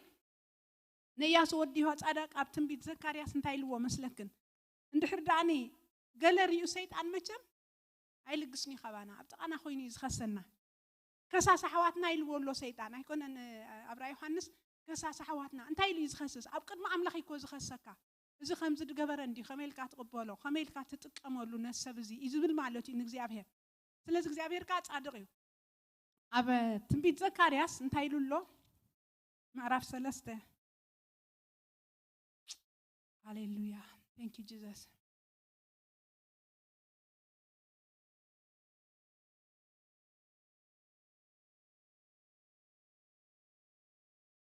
ካብ ቁጥሪ 1 ጀሚርና هننبቦ ኢና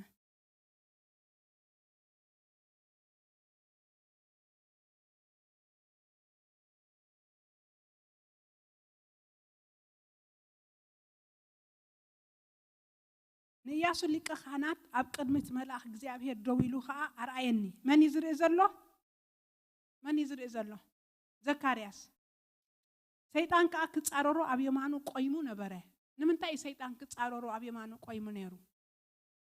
እግዚአብሔር ንሰይጣን አታ ሰይጣን እግዚአብሔር ይግናሕካ እቲ ኢየሩሳሌም ዝሐረያ እግዚአብሔር ይግናሕካ እዝስ ካብ ሓው ተመንጠለ እያዶ ይኮነን ብሎ ኢያሱ ከዓ ረሳሕ ክዳውንቲ ተኸዲኑ ኣብ ቅድሚት መልአክ ደው ኢሉ ነበረ መልአክ ከዓ ነቶም ኣብ ቅድሚኡ ቆይሞም ዝነበሩ ነቲ ረሳሕ ክዳውንቲ ካብኡ አልዕልዎ ኢሉ መለሰሎም ንኡ ከዓ ኣበሳኻ ኣውፃእ ኩልካ ብሉጽ ክዳውንቱን ከዶንኩ ካብሎ ሕጂ ንምንታይ ሰይጣን ክጻረሮ ቆይሙ ነይሩ ረሳሕ ክዳን ተኸዲኑ ስለ ዝነበረ ወሲያስ ሰይጣን እንታይ ኢልዎ ገዛ እዚ ዓለም እዚኣ ናባይ ይመጻሎ ማባይ ወላ ሓንቲ የብሉን ኢሉ ክኸሰኒ ዝኽእል ንዓይስ ወላ ሓንቲ የብሉን አሜን ስለዚህ نحنا ኣብ ቅድሚ ኣምላኽ ብደም ኢየሱስ ተሓጺብና ብምንታይ ስዒሮም ወይሉ ኣብ ራእይ ዮሐንስ ምዕራፍ 12 ደሎ ሳላ ደም ናይ ትገሸልን ሳላ ቃል ምስክሮምን ሰዓርዎ ክንስዕሮ ንኽእል ኢና ንሓጢያትና ተናዘዝና ንኹሉ ሓጢያትና ይረኽብለልና እሙን ጻድቕን እዩ ካብ በቃ ድሕሬና ዘሎ እንዳረሳዕና ንቕድሚት እግዚአብሔር ይመስገን ስለዚህ ረሳሕ ክዳውንቲ ተኸዲኑ ስለ ዝነበረ ክቃወሞ ደው ኢሉ ነይሩ ኣነ ከዓ ኣብ ርእሱ ጽሩይ መጠምጠሚያ ጠምጥሙሉ በልኩ ዘካርያስ ይኹም ድብል ደሎ ንሳቶም ድማ ኣብ ርእሱ ጽሩይ መጠምጠሚያ ጠምጠሙሉ ክዳውንቱን ከደንዎ እቲ መልአክ እግዚአብሔር ድማ ኣብኡ ቆይሙ ነበረ ጎይታ ይባርኽ ስለ መልአክቱ እግዚአብሔር እቲ መልአክ እግዚአብሔር ካነ ኢያሱ ከምዚ ኢሉ መስከረሉ እግዚአብሔር ጎይታ ሰራዊት ከምዚ ይብላሉ በመገደይ እንተ ተመላለስካ ነቲ ዝኣዘዝኩኻውን እንተ ሓሎኻስ ንቤተይ ክትፈርዳ ንኣጸደይ ከዓ ክትሕልዎ ኢኻ ምስ እዞም ኣብዚ ቆይሞም ዘሎ ቦታ ክበካየ ኢሉ ጎይታ ኢየሱስ ይባርኽ ሕጂ እንታይ እንተጌርካ ኢሉ በመገደይ እንተ ተመላለስካ ነቲ ዝኣዘዝኩኻ እንተ ሓሎኻ ንቤተይ ክትፈርዳ ኢኻ ኢሉ ንኣጸደይ ከዓ ክትሕልዎ ኢኻ ምስ እዞም ኣብዚ ቆይሞም ዘሎ ቦታ ክበካየ ስለዚ ትረሳሕ ክዳውንቲ ሕጂ ልጊስዩ ሕጂ ግን በመገደይ ኪድ በመገደይ እንተ ኸይድካ ኢኻ ኣብ ቤተይ ከም ዝትኸውን ይብለሎ እምበኣርሲ ኣታ ኢያሱ ሊቀ ካህናት ንስኻን እቶም ኣብ ቅድሚኻ ተቐሚጦም ዘሎ ቡጾትካን ንሳቶም ንትእምርቲ ዝኾኑ ሰባት እዮም እሞ ስማ እንሆ ኣነ ነቲ ባርያ ይትጨንፈር ከምጽየ ስለዚ ንስኻን እቶም መንን ንስኻን እቶም ኣብ ቅድሚኻ ተቐሚጦም ዘሎ ቡጾትካን ንሳቶም ንትእምርቲ ዝኾኑ እዮም እጅ ትእምርቲ ክኸውን መወዳእታ ዘበን ኢልና ዝቃል መሽ ኣብ መወዳእታ ዘበን ትእምርትን ተኣምራትን ክኸውን እዩ ትንቢት ክትንበያ ኢኽን አሜን ትንቢታዊ አገልግሎት ከተገልግላ ኢኽን በመዝሙር ትንቢታዊ አገልግሎት በጸሎት ትንቢታዊ አገልግሎት በውግእ ትንቢታዊ አገልግሎት በመምሃር ትንቢታዊ አገልግሎት በመሃብ ትንቢታዊ አገልግሎት በሁሉት እግዚአብሔር ጸዋዕክን ሪስክ በመውሳድ ትንቢታዊ አገልግሎት እግዚአብሔር ናብት ዝላእኽክን ኪዲ ናብ ዝበለክን አሜን ኪዲ ከመገረ ኸይድ ከይበልካ ተሞትኩሙት አሜን ናይ ድፍረት መንፈስ ስለዚህ ንስኽን እቶም ምዛኽ ዘለው ሰባት እንታይ ክትኮን ኢኺ ከም በልክን ቆይ ጸኒሐ ንትእምርቲ ሰሚዕኽን ወዶ ዝቃል ንስኻንቶም ምሳኻ ቆይሞም ዘለዉ ሰባትን ንትእምርቲ ክትኮኑ ኢኹም ሕጂ ትረሳሕ ክዳውንታ ኣልጊስኡ ናፅርየልካ ኣለኹ ካብ ኣበሳኻ ፅቡቅ ክዳንካ ጠምጥምሉ ተባሂሉ ከዓ መጠምጠምያ ተገይሩሉ ኣሎ ፅሩይ ክዳን ተኸዲኑ ኣሎ ኦኬ ሕጂ ብመገደይ እንተተመላሊስካ ነዛ ቤተይ ክትፈርዳ ኢኻ ትእዛዛተይ እንተሓሊኻ ክትፈርዳ ኢኻ ንስኻን እዞም ምሳኻ ቆይሞም ዘለዉ ሰባት ከዓ ንትእምርቲ ክትከውን ኢኻ ንስኺ ንትእምርቲ ክትኮኒ ኢኺ ብመገዱ ተተመላሊስኪ ሕጉኽ ኣንተ ሓሊኺ ጻዕዳ ክዳን ተኸዲንኪ ቅድሚኡ እንተተመላሊስኪ እግዚአብሔር ንተኣምራት ክጥቀመልኪ እዩ ንተኣምራት ክጥቀመልኪ እዩ ንኽብሩ ከቆመኪ እግዚአብሔር ኣሜን ዘመን ናይ ምንታይ ዘመን እዩ ናይ ተኣምራት ከምኡ እንዲና አንቢብና ኣፍታ ዘለናያ መጀመርታ ንደግመልክ እንደለኹ ክንጅምር ከለና ግብረ ሐዋርያት ሲ ክንቦይኦም ሕልምኻ ሓልሚኦም ራእይ ክርእዮም ኣነ ከዓ ተኣምራት ገብሬ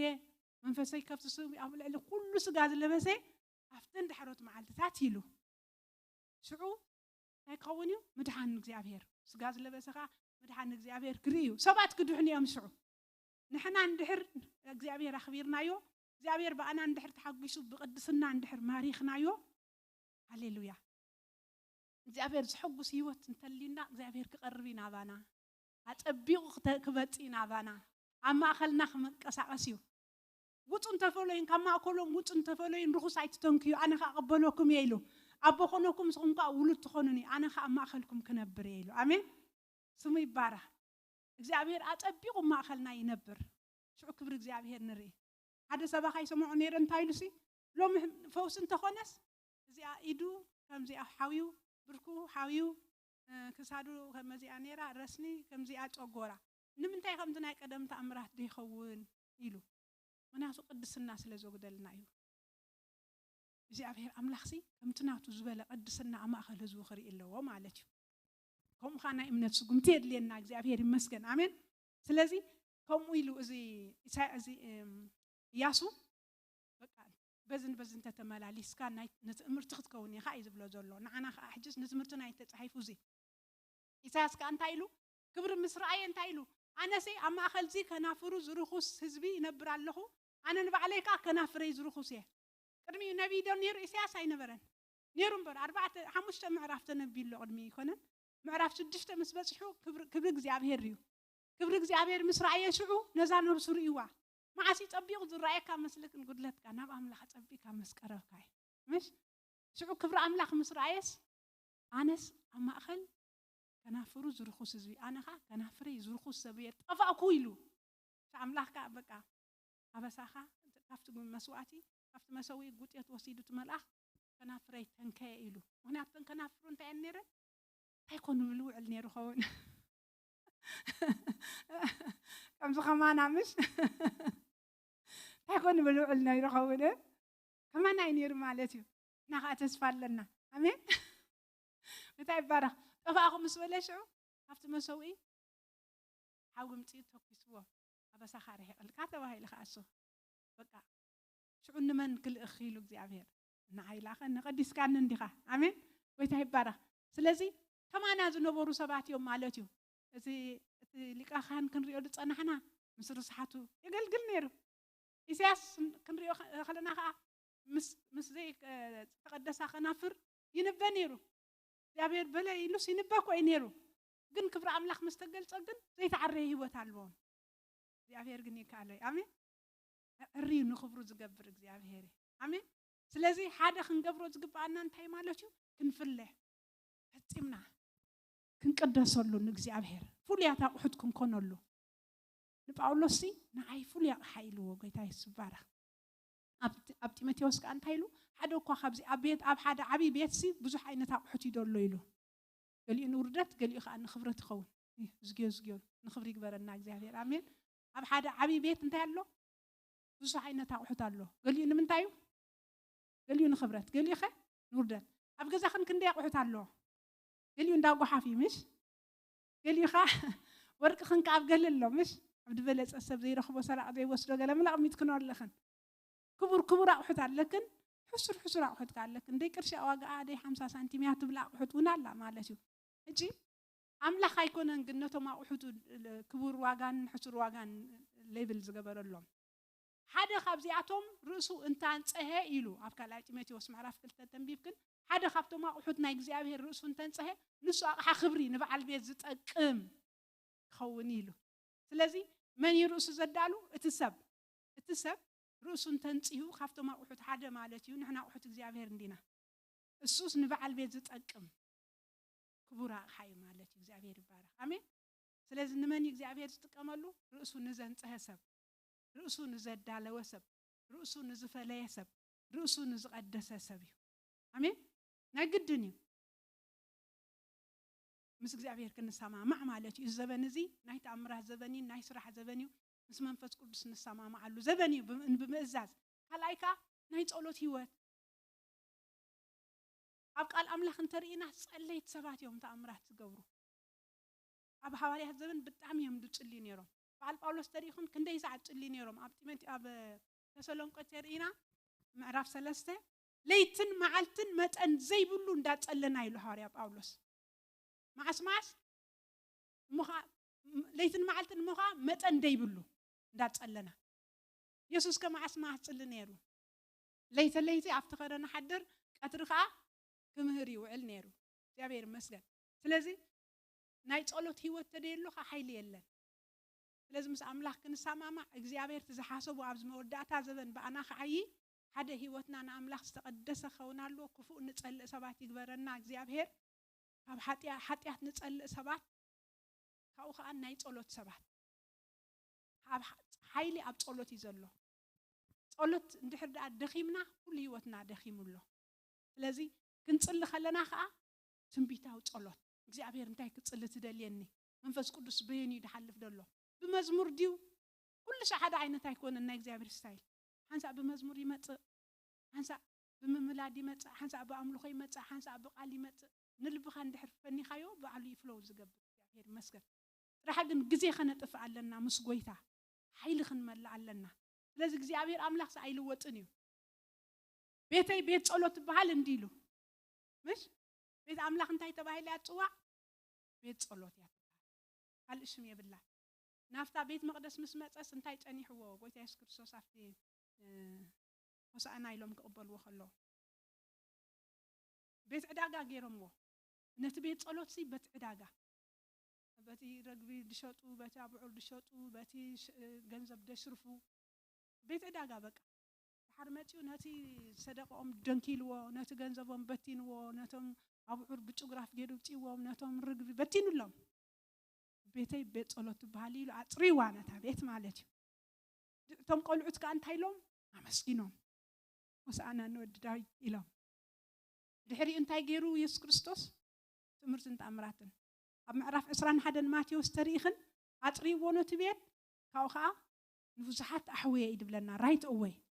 ምክንያቱ ከምኡ ክኸውን ዝግብኦ ኣብ ቤት ኣምላኽ ሕጂ ሓደ ሰባኻይ እንታይ ኢሉ ነታ ምዕራፍቲ ኣቐሚጥዋ ሰለስተ ፒሉ ጎይታ ኢየሱስ ክርስቶስ ዝደሊ ፒዩሪቲ ኣፅሪቦ ምስ ነቲ ቤት መቅደስ ድሕሪኸ ቤተይ ቤት ጸሎት ትበሃል ፕሬየር ኢሉ ፒዩሪቲ ፕላስ ፕሬየር then praise እቶም ቆልዑት ከ እንታይ ኢሎም ሆሳዕና ንወዲ ዳዊት ብስም እግዚአብሔር ዝመጽእ ብሩኽ ኢሎም ተቐቢሎምዎ ሽዑ መወዳእታ እንታይ ኮይኑ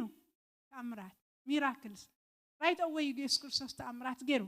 ስለዚህ ቅዱስ ህይወት ጸሎት ኣምልኾ ናይ ተኣምራት ህይወት አሜን ስለዚህ ንመንፈስ ቅዱስ ንዓድሞ ይድግፈና ክንጽሊ ከለና ባዕልና ክንጽሊ ንኽእልን ኢና ባዕልና ክንዝምር ኣይንኽእልን ኢና ባዕልና ቃል ኣምላኹን ከነንብብ ኣይንኽእልን ኢና እግዚአብሔር ግን ይድግፈና እግዚአብሔር ኣምላኽ ዝተመስገነ ይኹን አሜን ስለዚህ ሕጂ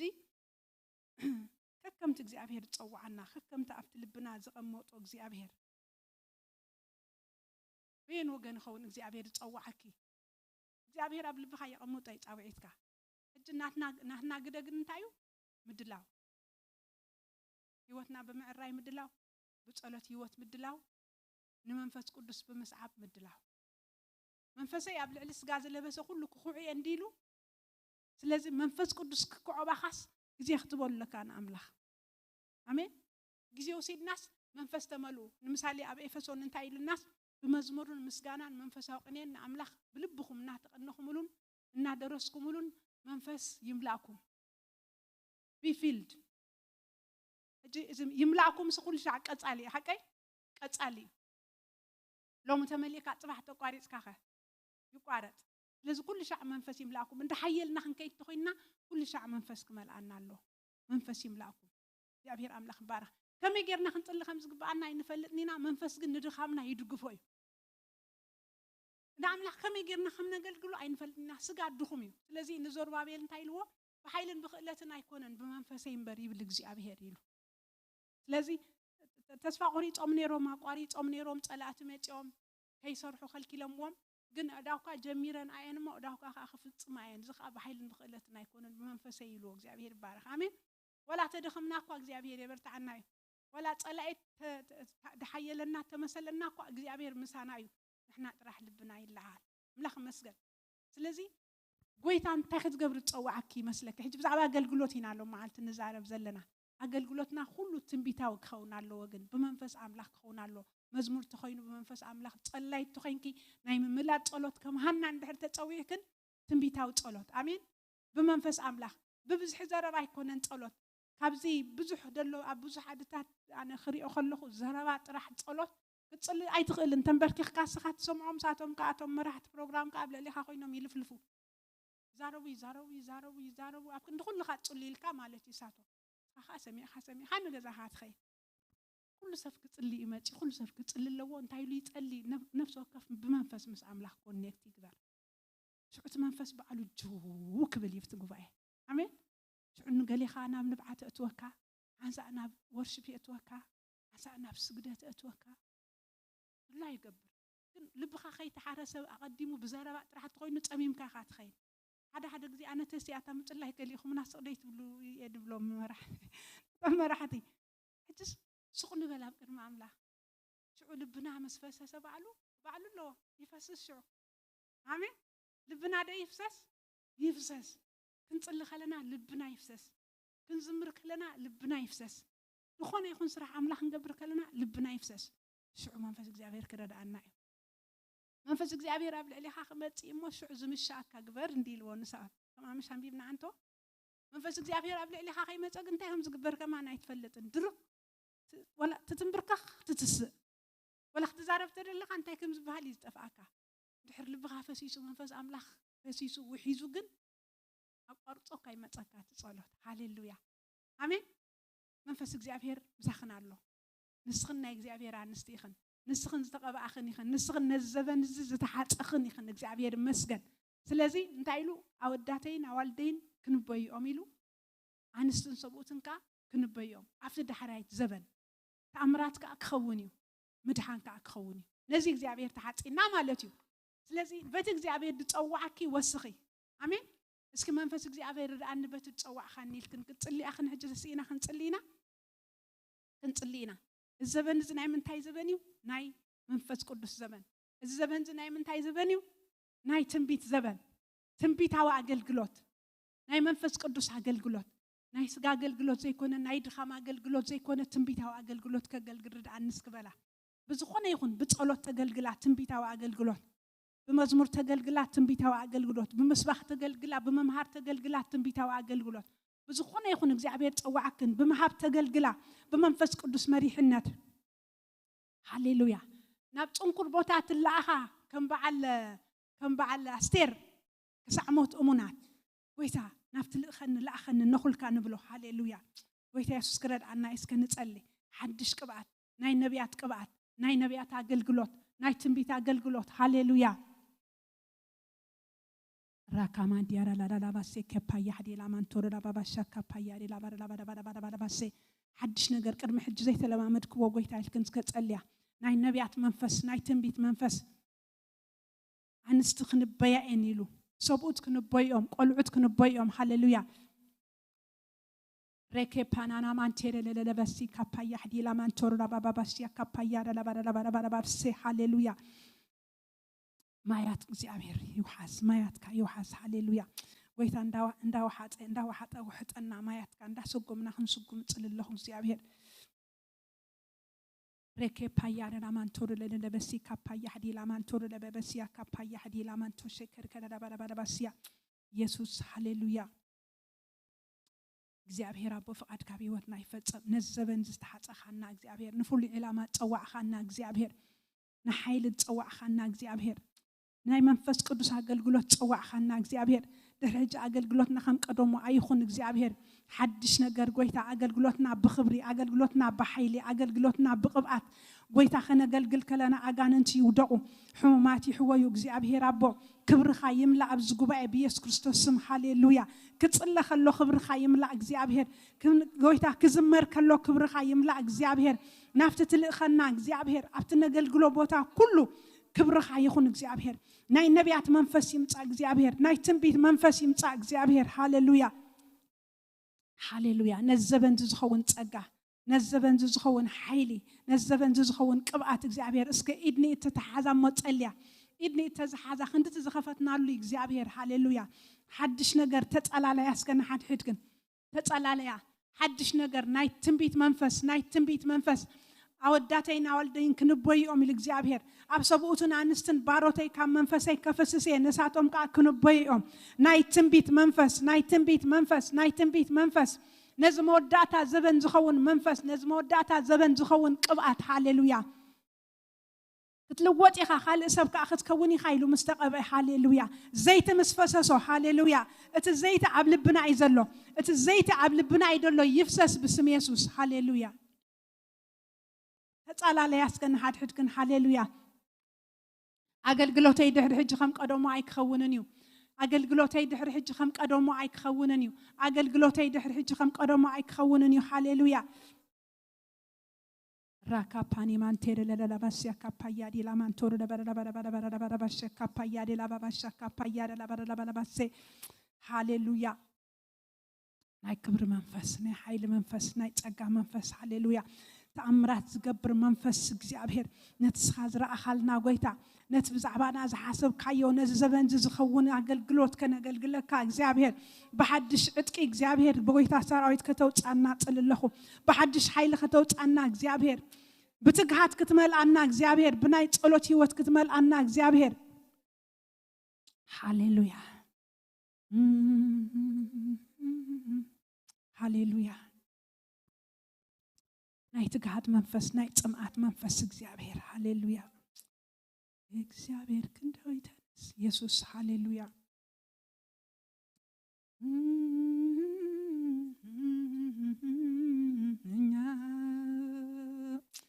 እንቲ ዝነበረ ዓቢ ግሩም ሓይሊ ሎሚ ውን ይፈጸም አባና ሃሌሉያ ሓይልኻ ይገለጽ ክብርኻ ይገለጽ ጎይታ ብጉባኤኻ እግዚአብሔር ኣብ አገልግሎትና ተገለጽ ኣብ ዘበድና ተገለጽ እግዚአብሔር አቦ ሃሌሉያ ከምቲ ዝበልካና ጎይታ ከምቲ ዝረአኻና ንስቲ ጎይታ ከም በዓል ሚርያም እግዚአብሔር በአምልኾ ክንወጽእ ከም በዓል ዲቦራ እግዚአብሔር ብውግእ ክንወጽእ እግዚአብሔር ከም በዓል ሃና እግዚአብሔር ብናይ ምምላድ አገልግሎት ክንፍለጥ ፍቃድካ ዘበለ ሁሉ እግዚአብሔር ክንጽሊ ክድግፈና ጽልለኹ እግዚአብሔር አቦ ሃሌሉያ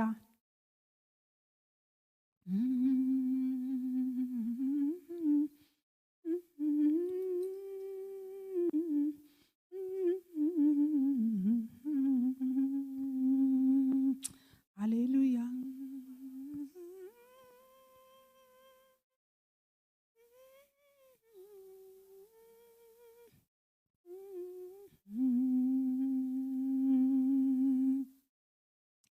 ሃሌሉያ ኢየሱስ ሃሌሉያ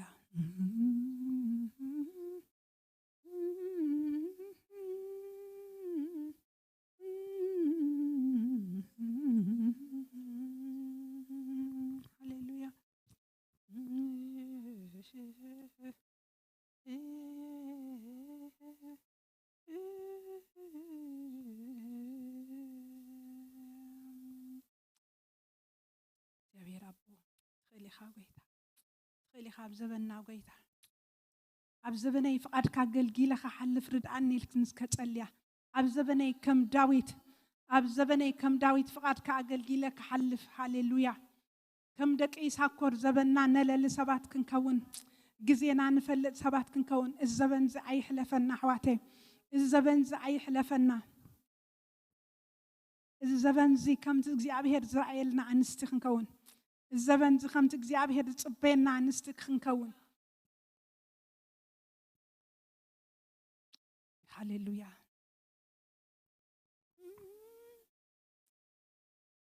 ርእስና ዓይንና እሳሕዋተይ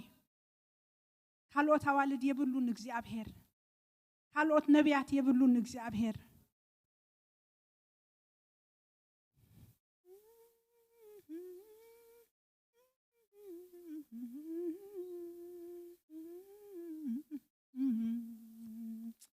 ቅባት እግዚአብሔር ኣብ ልዕለዩ እዚኣ መዝሙር እዚኣ ዶ ክንዝምራ እምነተይ ቅባት እግዚአብሔር من يتفلتا ቅባት እግዚአብሔር ኣብ ልዕለዩ ቅባት እግዚአብሔር ኣብ ልዕለዩ መንፈስ እግዚአብሔር ኣብ ልዕለዩ መንፈስ እግዚአብሔር ኣብ ልዕለዩ መንፈስ አቦታተይ ኣብ ልዕለዩ መንፈስ አዴታተይ ኣብ ልዕለዩ መንፈስ አዴታተይ ኣብ ልዕለዩ መንፈስ አዴታተይ ኣብ ልዕለዩ ቅባት እግዚአብሔር ኣብ ልዕለዩ ቅባት እግዚአብሔር ኣብ ልዕለዩ ናይ ዲቦራ መንፈስ ናይ ሓና መንፈስ ናይ ሜርያም መንፈስ ኣብ ልዕለይኽን እዩ ሃሌሉያ ነዘበን ዝኸውን መንፈስ ኣብ ልዕለይኽን እዩ ሃሌሉያ እግዚአብሔር ካልእ ዲቦራ የብሉን ሎሚ ካልእ ሜርያም የብሉን ሎሚ እግዚአብሔር ካልእ ሓና የብሉን ሎሚ እግዚአብሔር ንስኺ ኢኺ ሃሌሉያ መንፈስ እግዚአብሔር ኣብ ልዕለዩ መንፈስ እግዚአብሔር ኣብ ልዕለዩ መንፈስ እግዚአብሔር ኣብ ልዕለዩ መንፈስ እግዚአብሔር ኣብ ልዕለዩ ቅባት እግዚአብሔር ኣብ ልዕለዩ ቅባት እግዚአብሔር ኣብ ልዕለዩ ቅባት እግዚአብሔር ኣብ ልዕለዩ ቅባት እግዚአብሔር ኣብ ልዕለዩ ሃሌሉያ ሃሌሉያ ሃሌሉያ ሃሌሉያ ሃሌሉያ ሃሌሉያ መንፈስ አቦታተይ ኣብ ልዕለዩ መንፈስ አቦታተይ ኣብ ልዕለዩ መንፈስ አዴታተይ ኣብ ልዕለዩ መንፈስ አዴታተይ ኣብ ልዕለዩ ቅባት እግዚአብሔር ኣብ ልዕለዩ ቅባት እግዚአብሔር ኣብ ልዕለዩ ቅባት እግዚአብሔር ኣብ ልዕለዩ ቅባት እግዚአብሔር ኣብ ልዕለዩ ሃሌሉያ ሃሌሉያ እስከ ዘነዳው ዚ እንፈውስ ግበረን በሎን እግዚአብሔር የዳው ክንስከ ዘርግሐሞ እዳወይ ተጠቀመሉ እስከ እዳወይ ጎይታ ፈውስ በሎ እዳው ከና በሕማት ከተንብራ በእምነት እዳው ከና በሕማት ከተንብራ በእምነት ጎይታ ድሕሪ ሕጂ እዳወይ ኣብ ሕማት ከንብሬን ስኻኻ ክትፍውስ ኢኻሞ እንካ ዘነዳወይ በሎ በኢየሱስ መዳው ነፍስ ወከፍ كن لحج حوي حلفو يداو نفس وكف حوي حلفو بኢየሱስ ናይ ፈውስ ቅብኣት ኣብ ልዕለይኽን ይውደቕ ናይ ፈውስ ሓይል ኣብ ቅድሜኽን ይውደቕ ናይ ጸጋ መንፈስ ይውደቕ በኢየሱስ ክርስቶስ ስም ጸልለሁ ሃሌሉያ ሓድሽ ትብዓት ብስም ኢየሱስ ክርስቶስ መንፈስ ትብዓት በኢየሱስ ክርስቶስ ስም መንፈስ ጸጋ በኢየሱስ ክርስቶስ ስም ሃሌሉያ ክትልወጥ ኢኻ ካልእ ሰብ ክትከውን ኢኻ ከም ዝተጻሕፈ በኢየሱስ ስም ፍሉይ ትብዓት ካልኦት ኣንስ ዝገብር ትብዓት በኢየሱስ ክርስቶስ ስም ሃሌሉያ ሃሌሉያ ሃሌሉያ ሃሌሉያ ሃሌሉያ ሃሌሉያ ሃሌሉያ ሃሌሉያ ሃሌሉያ ሃሌሉያ ሓድሽ ነገር ኣብ ኣገልግሎትኪ ሓድሽ ነገር ኣብ ኣገልግሎትኪ ድሕሪ ሕጂ ካለ ዓይነት ኣገልግሎት ሓያል ኣገልግሎት ናይ ክብሪ ኣገልግሎት ናይ ሓይሊ ኣገልግሎት በኢየሱስ ስም ከም እምነትኩም ይኹነልኩም ኢልና ጎይታ ሃሌሉያ ከም ዝኣመንክኖ ክገብር እግዚአብሔር ክንደት ዝተቀበልክኖ ክኸውን ሃሌሉያ ሃሌሉያ ሃሌሉያ ሓድሽ ነገር ኣብ ኣገልግሎትኪ ሓድሽ ነገር ኣብ ኣገልግሎትኪ ኣብቲ ተገልግልዮ ኣገልግሎት ኩሉ ሓድሽ ነገር ኣብቲ ተገልግልዮ ኣገልግሎት ክብሪ እግዚአብሔር ብዝኾነ ይኹን ኣገልግሎት ከተገልግላ ከለኽን ክብሪ እግዚአብሔር ይገለጽ ማእኸልክን ክብሪ እግዚአብሔር ይገለጽ ሃሌሉያ ሕማት ይሕወዩ ኣጋንንት ይውደቁ በኢየሱስ ስም ሰባት መንፈስ ቅዱስ ይመልኡ በኢየሱስ ክርስቶስ ስም هاليلويا كتحلف خلخن كبر እግዚአብሔር ይገለጽ كتحلف سبات ريومخن يفوسوا سبات ريومخن يتصنعنعوا سبات ريومخن يلوطوا بيسوع ክርስቶስ مدحان يكون هاليلويا هاليلويا منفس እግዚአብሔር አብዝ ጉባኤ ይመላለሳሉ አህዋቴ ተከፈታሉ መንፈስ ቅዱስ አማከልናሉ هاليلويا راكا بايار يلامان توري للباسا حلف به وتيبلو حلف بلو هاليلويا منفس حيلي ريكا بايار رلباسي تصقا فولي تصقا ناقل قلوت زهوين تصقا دهر هجي سغات كن يخن نسب تفوسا دهر هجي نسغات كن يخن نسب تتصنانع نسغني خن تمهرا نسغني خن تنبيا نسغني خن هاليلويا بخبري أقلقلا هاليلويا كالي ديبورا يلان لومي كالا هانا يلان لومي هاليلويا ريكا باياري لامان توشي كابايارا لا ماسي كابايارا لا ماسي لبخن يسحل بيسوع ክርስቶስ لبخن يسحل بيسوع ክርስቶስ لبخن يسحل باسم يسوع ክርስቶስ كمت እግዚአብሔር ዝሪእክን ክትሪ አነ ነፍስኽን كمت እግዚአብሔር ዝጽበይክን ክትሪ አነ ነፍስኽን هاليلويا نسخاتكن حيالات انستيخن نسخاتكن جغانو انستيخن እግዚአብሔር አውሽጥኽናሎ መንፈስ ቅዱስ አውሽጥኽናሎ هاليلويا هاليلويا راباسي كاريا لا باسيا كايا لا باسا كابايا لا باسا انا دخمتي كونكن بلا انا حبرتعتي بتحيل زبن نخلو يخولي نافت زلخنك خيدي نيرمياس انتايلو نقلاته يا افكا نبرالخو تزبلكا تزارب قول اي تبليلو نرسخن ايتنا اسعان امين نرسخن ايتنا اسع ابتعتو زبله كله منفس قدوس مساخن كاتيو ابتغدو زبله منفس قدوس كسنيكنيو تغلغلو زبله منفس قدوس مساخن كوني هاليلويا هاليلويا هاليلويا ترى سباي كونكن نسخاتكن نسخن ناي እግዚአብሔር አንስቲخن ناي እግዚአብሔር ቁባቲخن ناي እግዚአብሔር ነቢያቲخن هاليلويا كابيدا خمصاين مو نبيات كابانا اندحر زيكونا خابين كمصا خاب سماي نو نسخات كنيخن هاليلويا هاليلويا هاليلويا هاليلويا هاليلويا ترى يومنا دهر حج حدش نجار بقلقلوتي كخوني الكن ترى حسابه حدش نجار بقلقلوتي كخوني أفتتقلقل يوزلخ wherever it is أفتزلخ يوبوتا كبر أملاح كقلتي أفتزلخ يوبوتا نسلا سموي لي እግዚአብሔር تسرح بناتنا حيلي كونن كابانا طرح مؤمنن مئزازني هاليلويا يداكم ابو حمات كتنبرون سمك اخاويوم يلنا امين ادنات من بعد طرحيناتنا سرح مفواس كانا እግዚአብሔር هاليلويا كل زغل املاخينا نملخ عبي املاخينا نملخ ويتا نزبن زفطر كان تمسكن سكولو نابز موداتا زبن نسخات سرحلو زبن تأمرات تقبرلو زبن منفس قدس زفسلو زبن نزبن زسلازمص خان تمسكن بعلاما نزبن سلازفطر كان تمسكن كم داويت اب زبن زفقد كاغلغيله يزحلف اسكبلو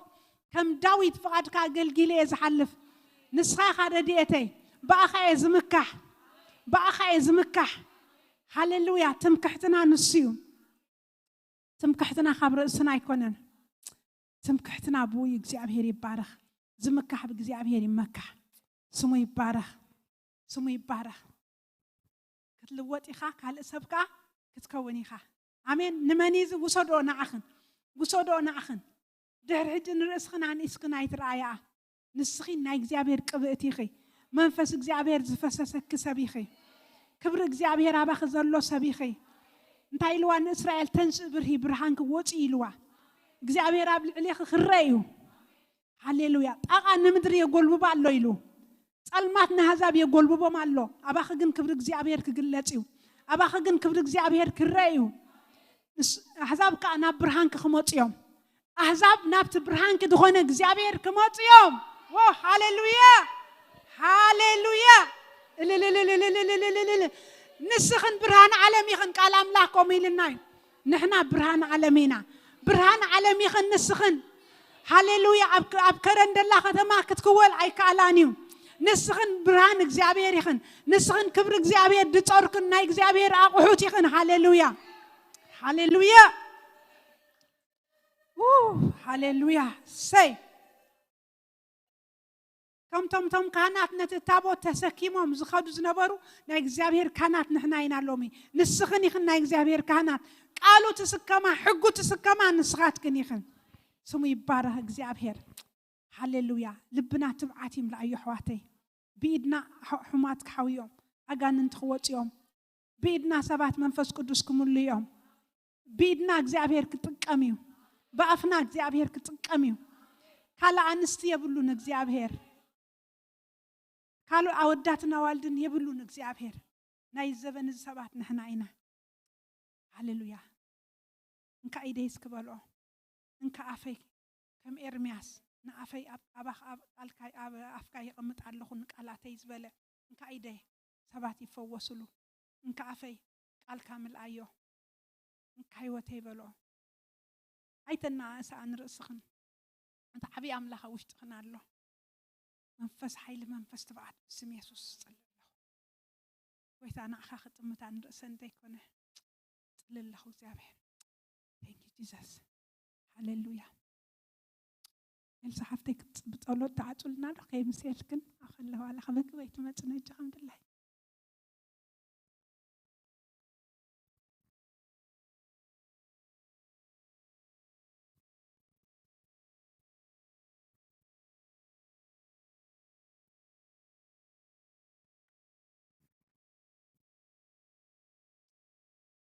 هاليلويا ኢየሱስ ክርስቶስ ጌታ ይሁን ሃሌሉያ ቅዱስ ቅዱስ ቅዱስ እግዚአብሔር አምላክና እጅድማ ደግምና ነመስግነካልና እግዚአብሔር የምሳና ስለጸና መንፈስካ ተጥምቀና ስለጸና ሎሚ ምልዋጥ ስለዝኾነልና እግዚአብሔር ሎሚ ምስጋር ስለዝኾነልና ምጥሓስ ስለዝኾነልና ነመስግነካልና ጽቡቅ አጀምር ከና ለሃ እግዚአብሔር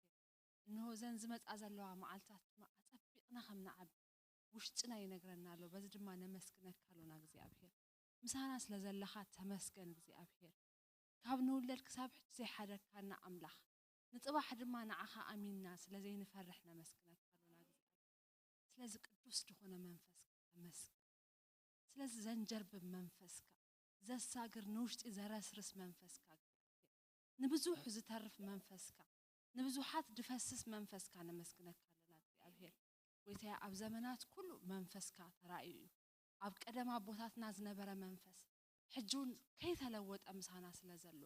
እቲ ቀደም ዝሰርሕ ዝነበረ ኢድ ኢየሱስ ድማ ሕጁን ምሳና ስለተሰርሕ ዘላ ነመስግነካልና እግዚአብሔር ስለዝነበረና ግዜ ተመስገን ስለዚ ነገር ካና ቃል ስለዚ ማዓድካና ስለዘለበምካና ስለዚ ተሳእካና ሀብድቃስና ስለዘባራበርካና እግዚአብሔር ተመስገን ወይታ ስለ ሁሉ ነገር ነመስግነካልና ስለብሰላም ሙጻና ምእታውናን ተመስገን ስለትገብረልና ዘለኻ ኩሉ ሰናይ ነመስግነካልና ሕጂ ድማ ኣብ ህይወትና ልዒልካ ክትረአ እግዚአብሔር ኣብ ህይወትና ክትነግስ እስኻ ባንዴራና ክትከውን ልምነካልና እግዚአብሔር ሕጂ ድማ እግዚአብሔር ወይ እንሆ ክንወጽእ ከለና ምሳና ክትከውን እዚ መንፈስ እዚ ምሳና خون نقول شعبك እንዳ ተቀጣጣልና خنكيد ነቶም ኣብ ገዛ ዝጸንሑና ድማ በዚ መንፈስ እዚ خنቀጣጽሎም ጎይታ እንሆ ቤትና ኸና ድማ እግዚአብሔር ንበረኸት ክንከውን ከምቲ በቃ ቀደም ዝነበረ አንስትኻ ከምኡ ድማ ንሕና ንዓና ኮይናስ ንስድራና ኮይናስ ንኸባቢና ንኸውን ንሃገርና ንኸውን ክንከውን በዚ መንፈስ እዚ ኩሉ ሻዕ መልአና ንጽልያለሁ ሙጻና ንስኻ ተቆጣጠር ምእታውና ንስኻ ተቆጣጠር እግዚአብሔር ምሳና ኺድ بسلام يأتونا እግዚአብሔር ክብር ሁሉ ንዓኻ ይሁን በተፍቅሮ ወድኻ ኢየሱስ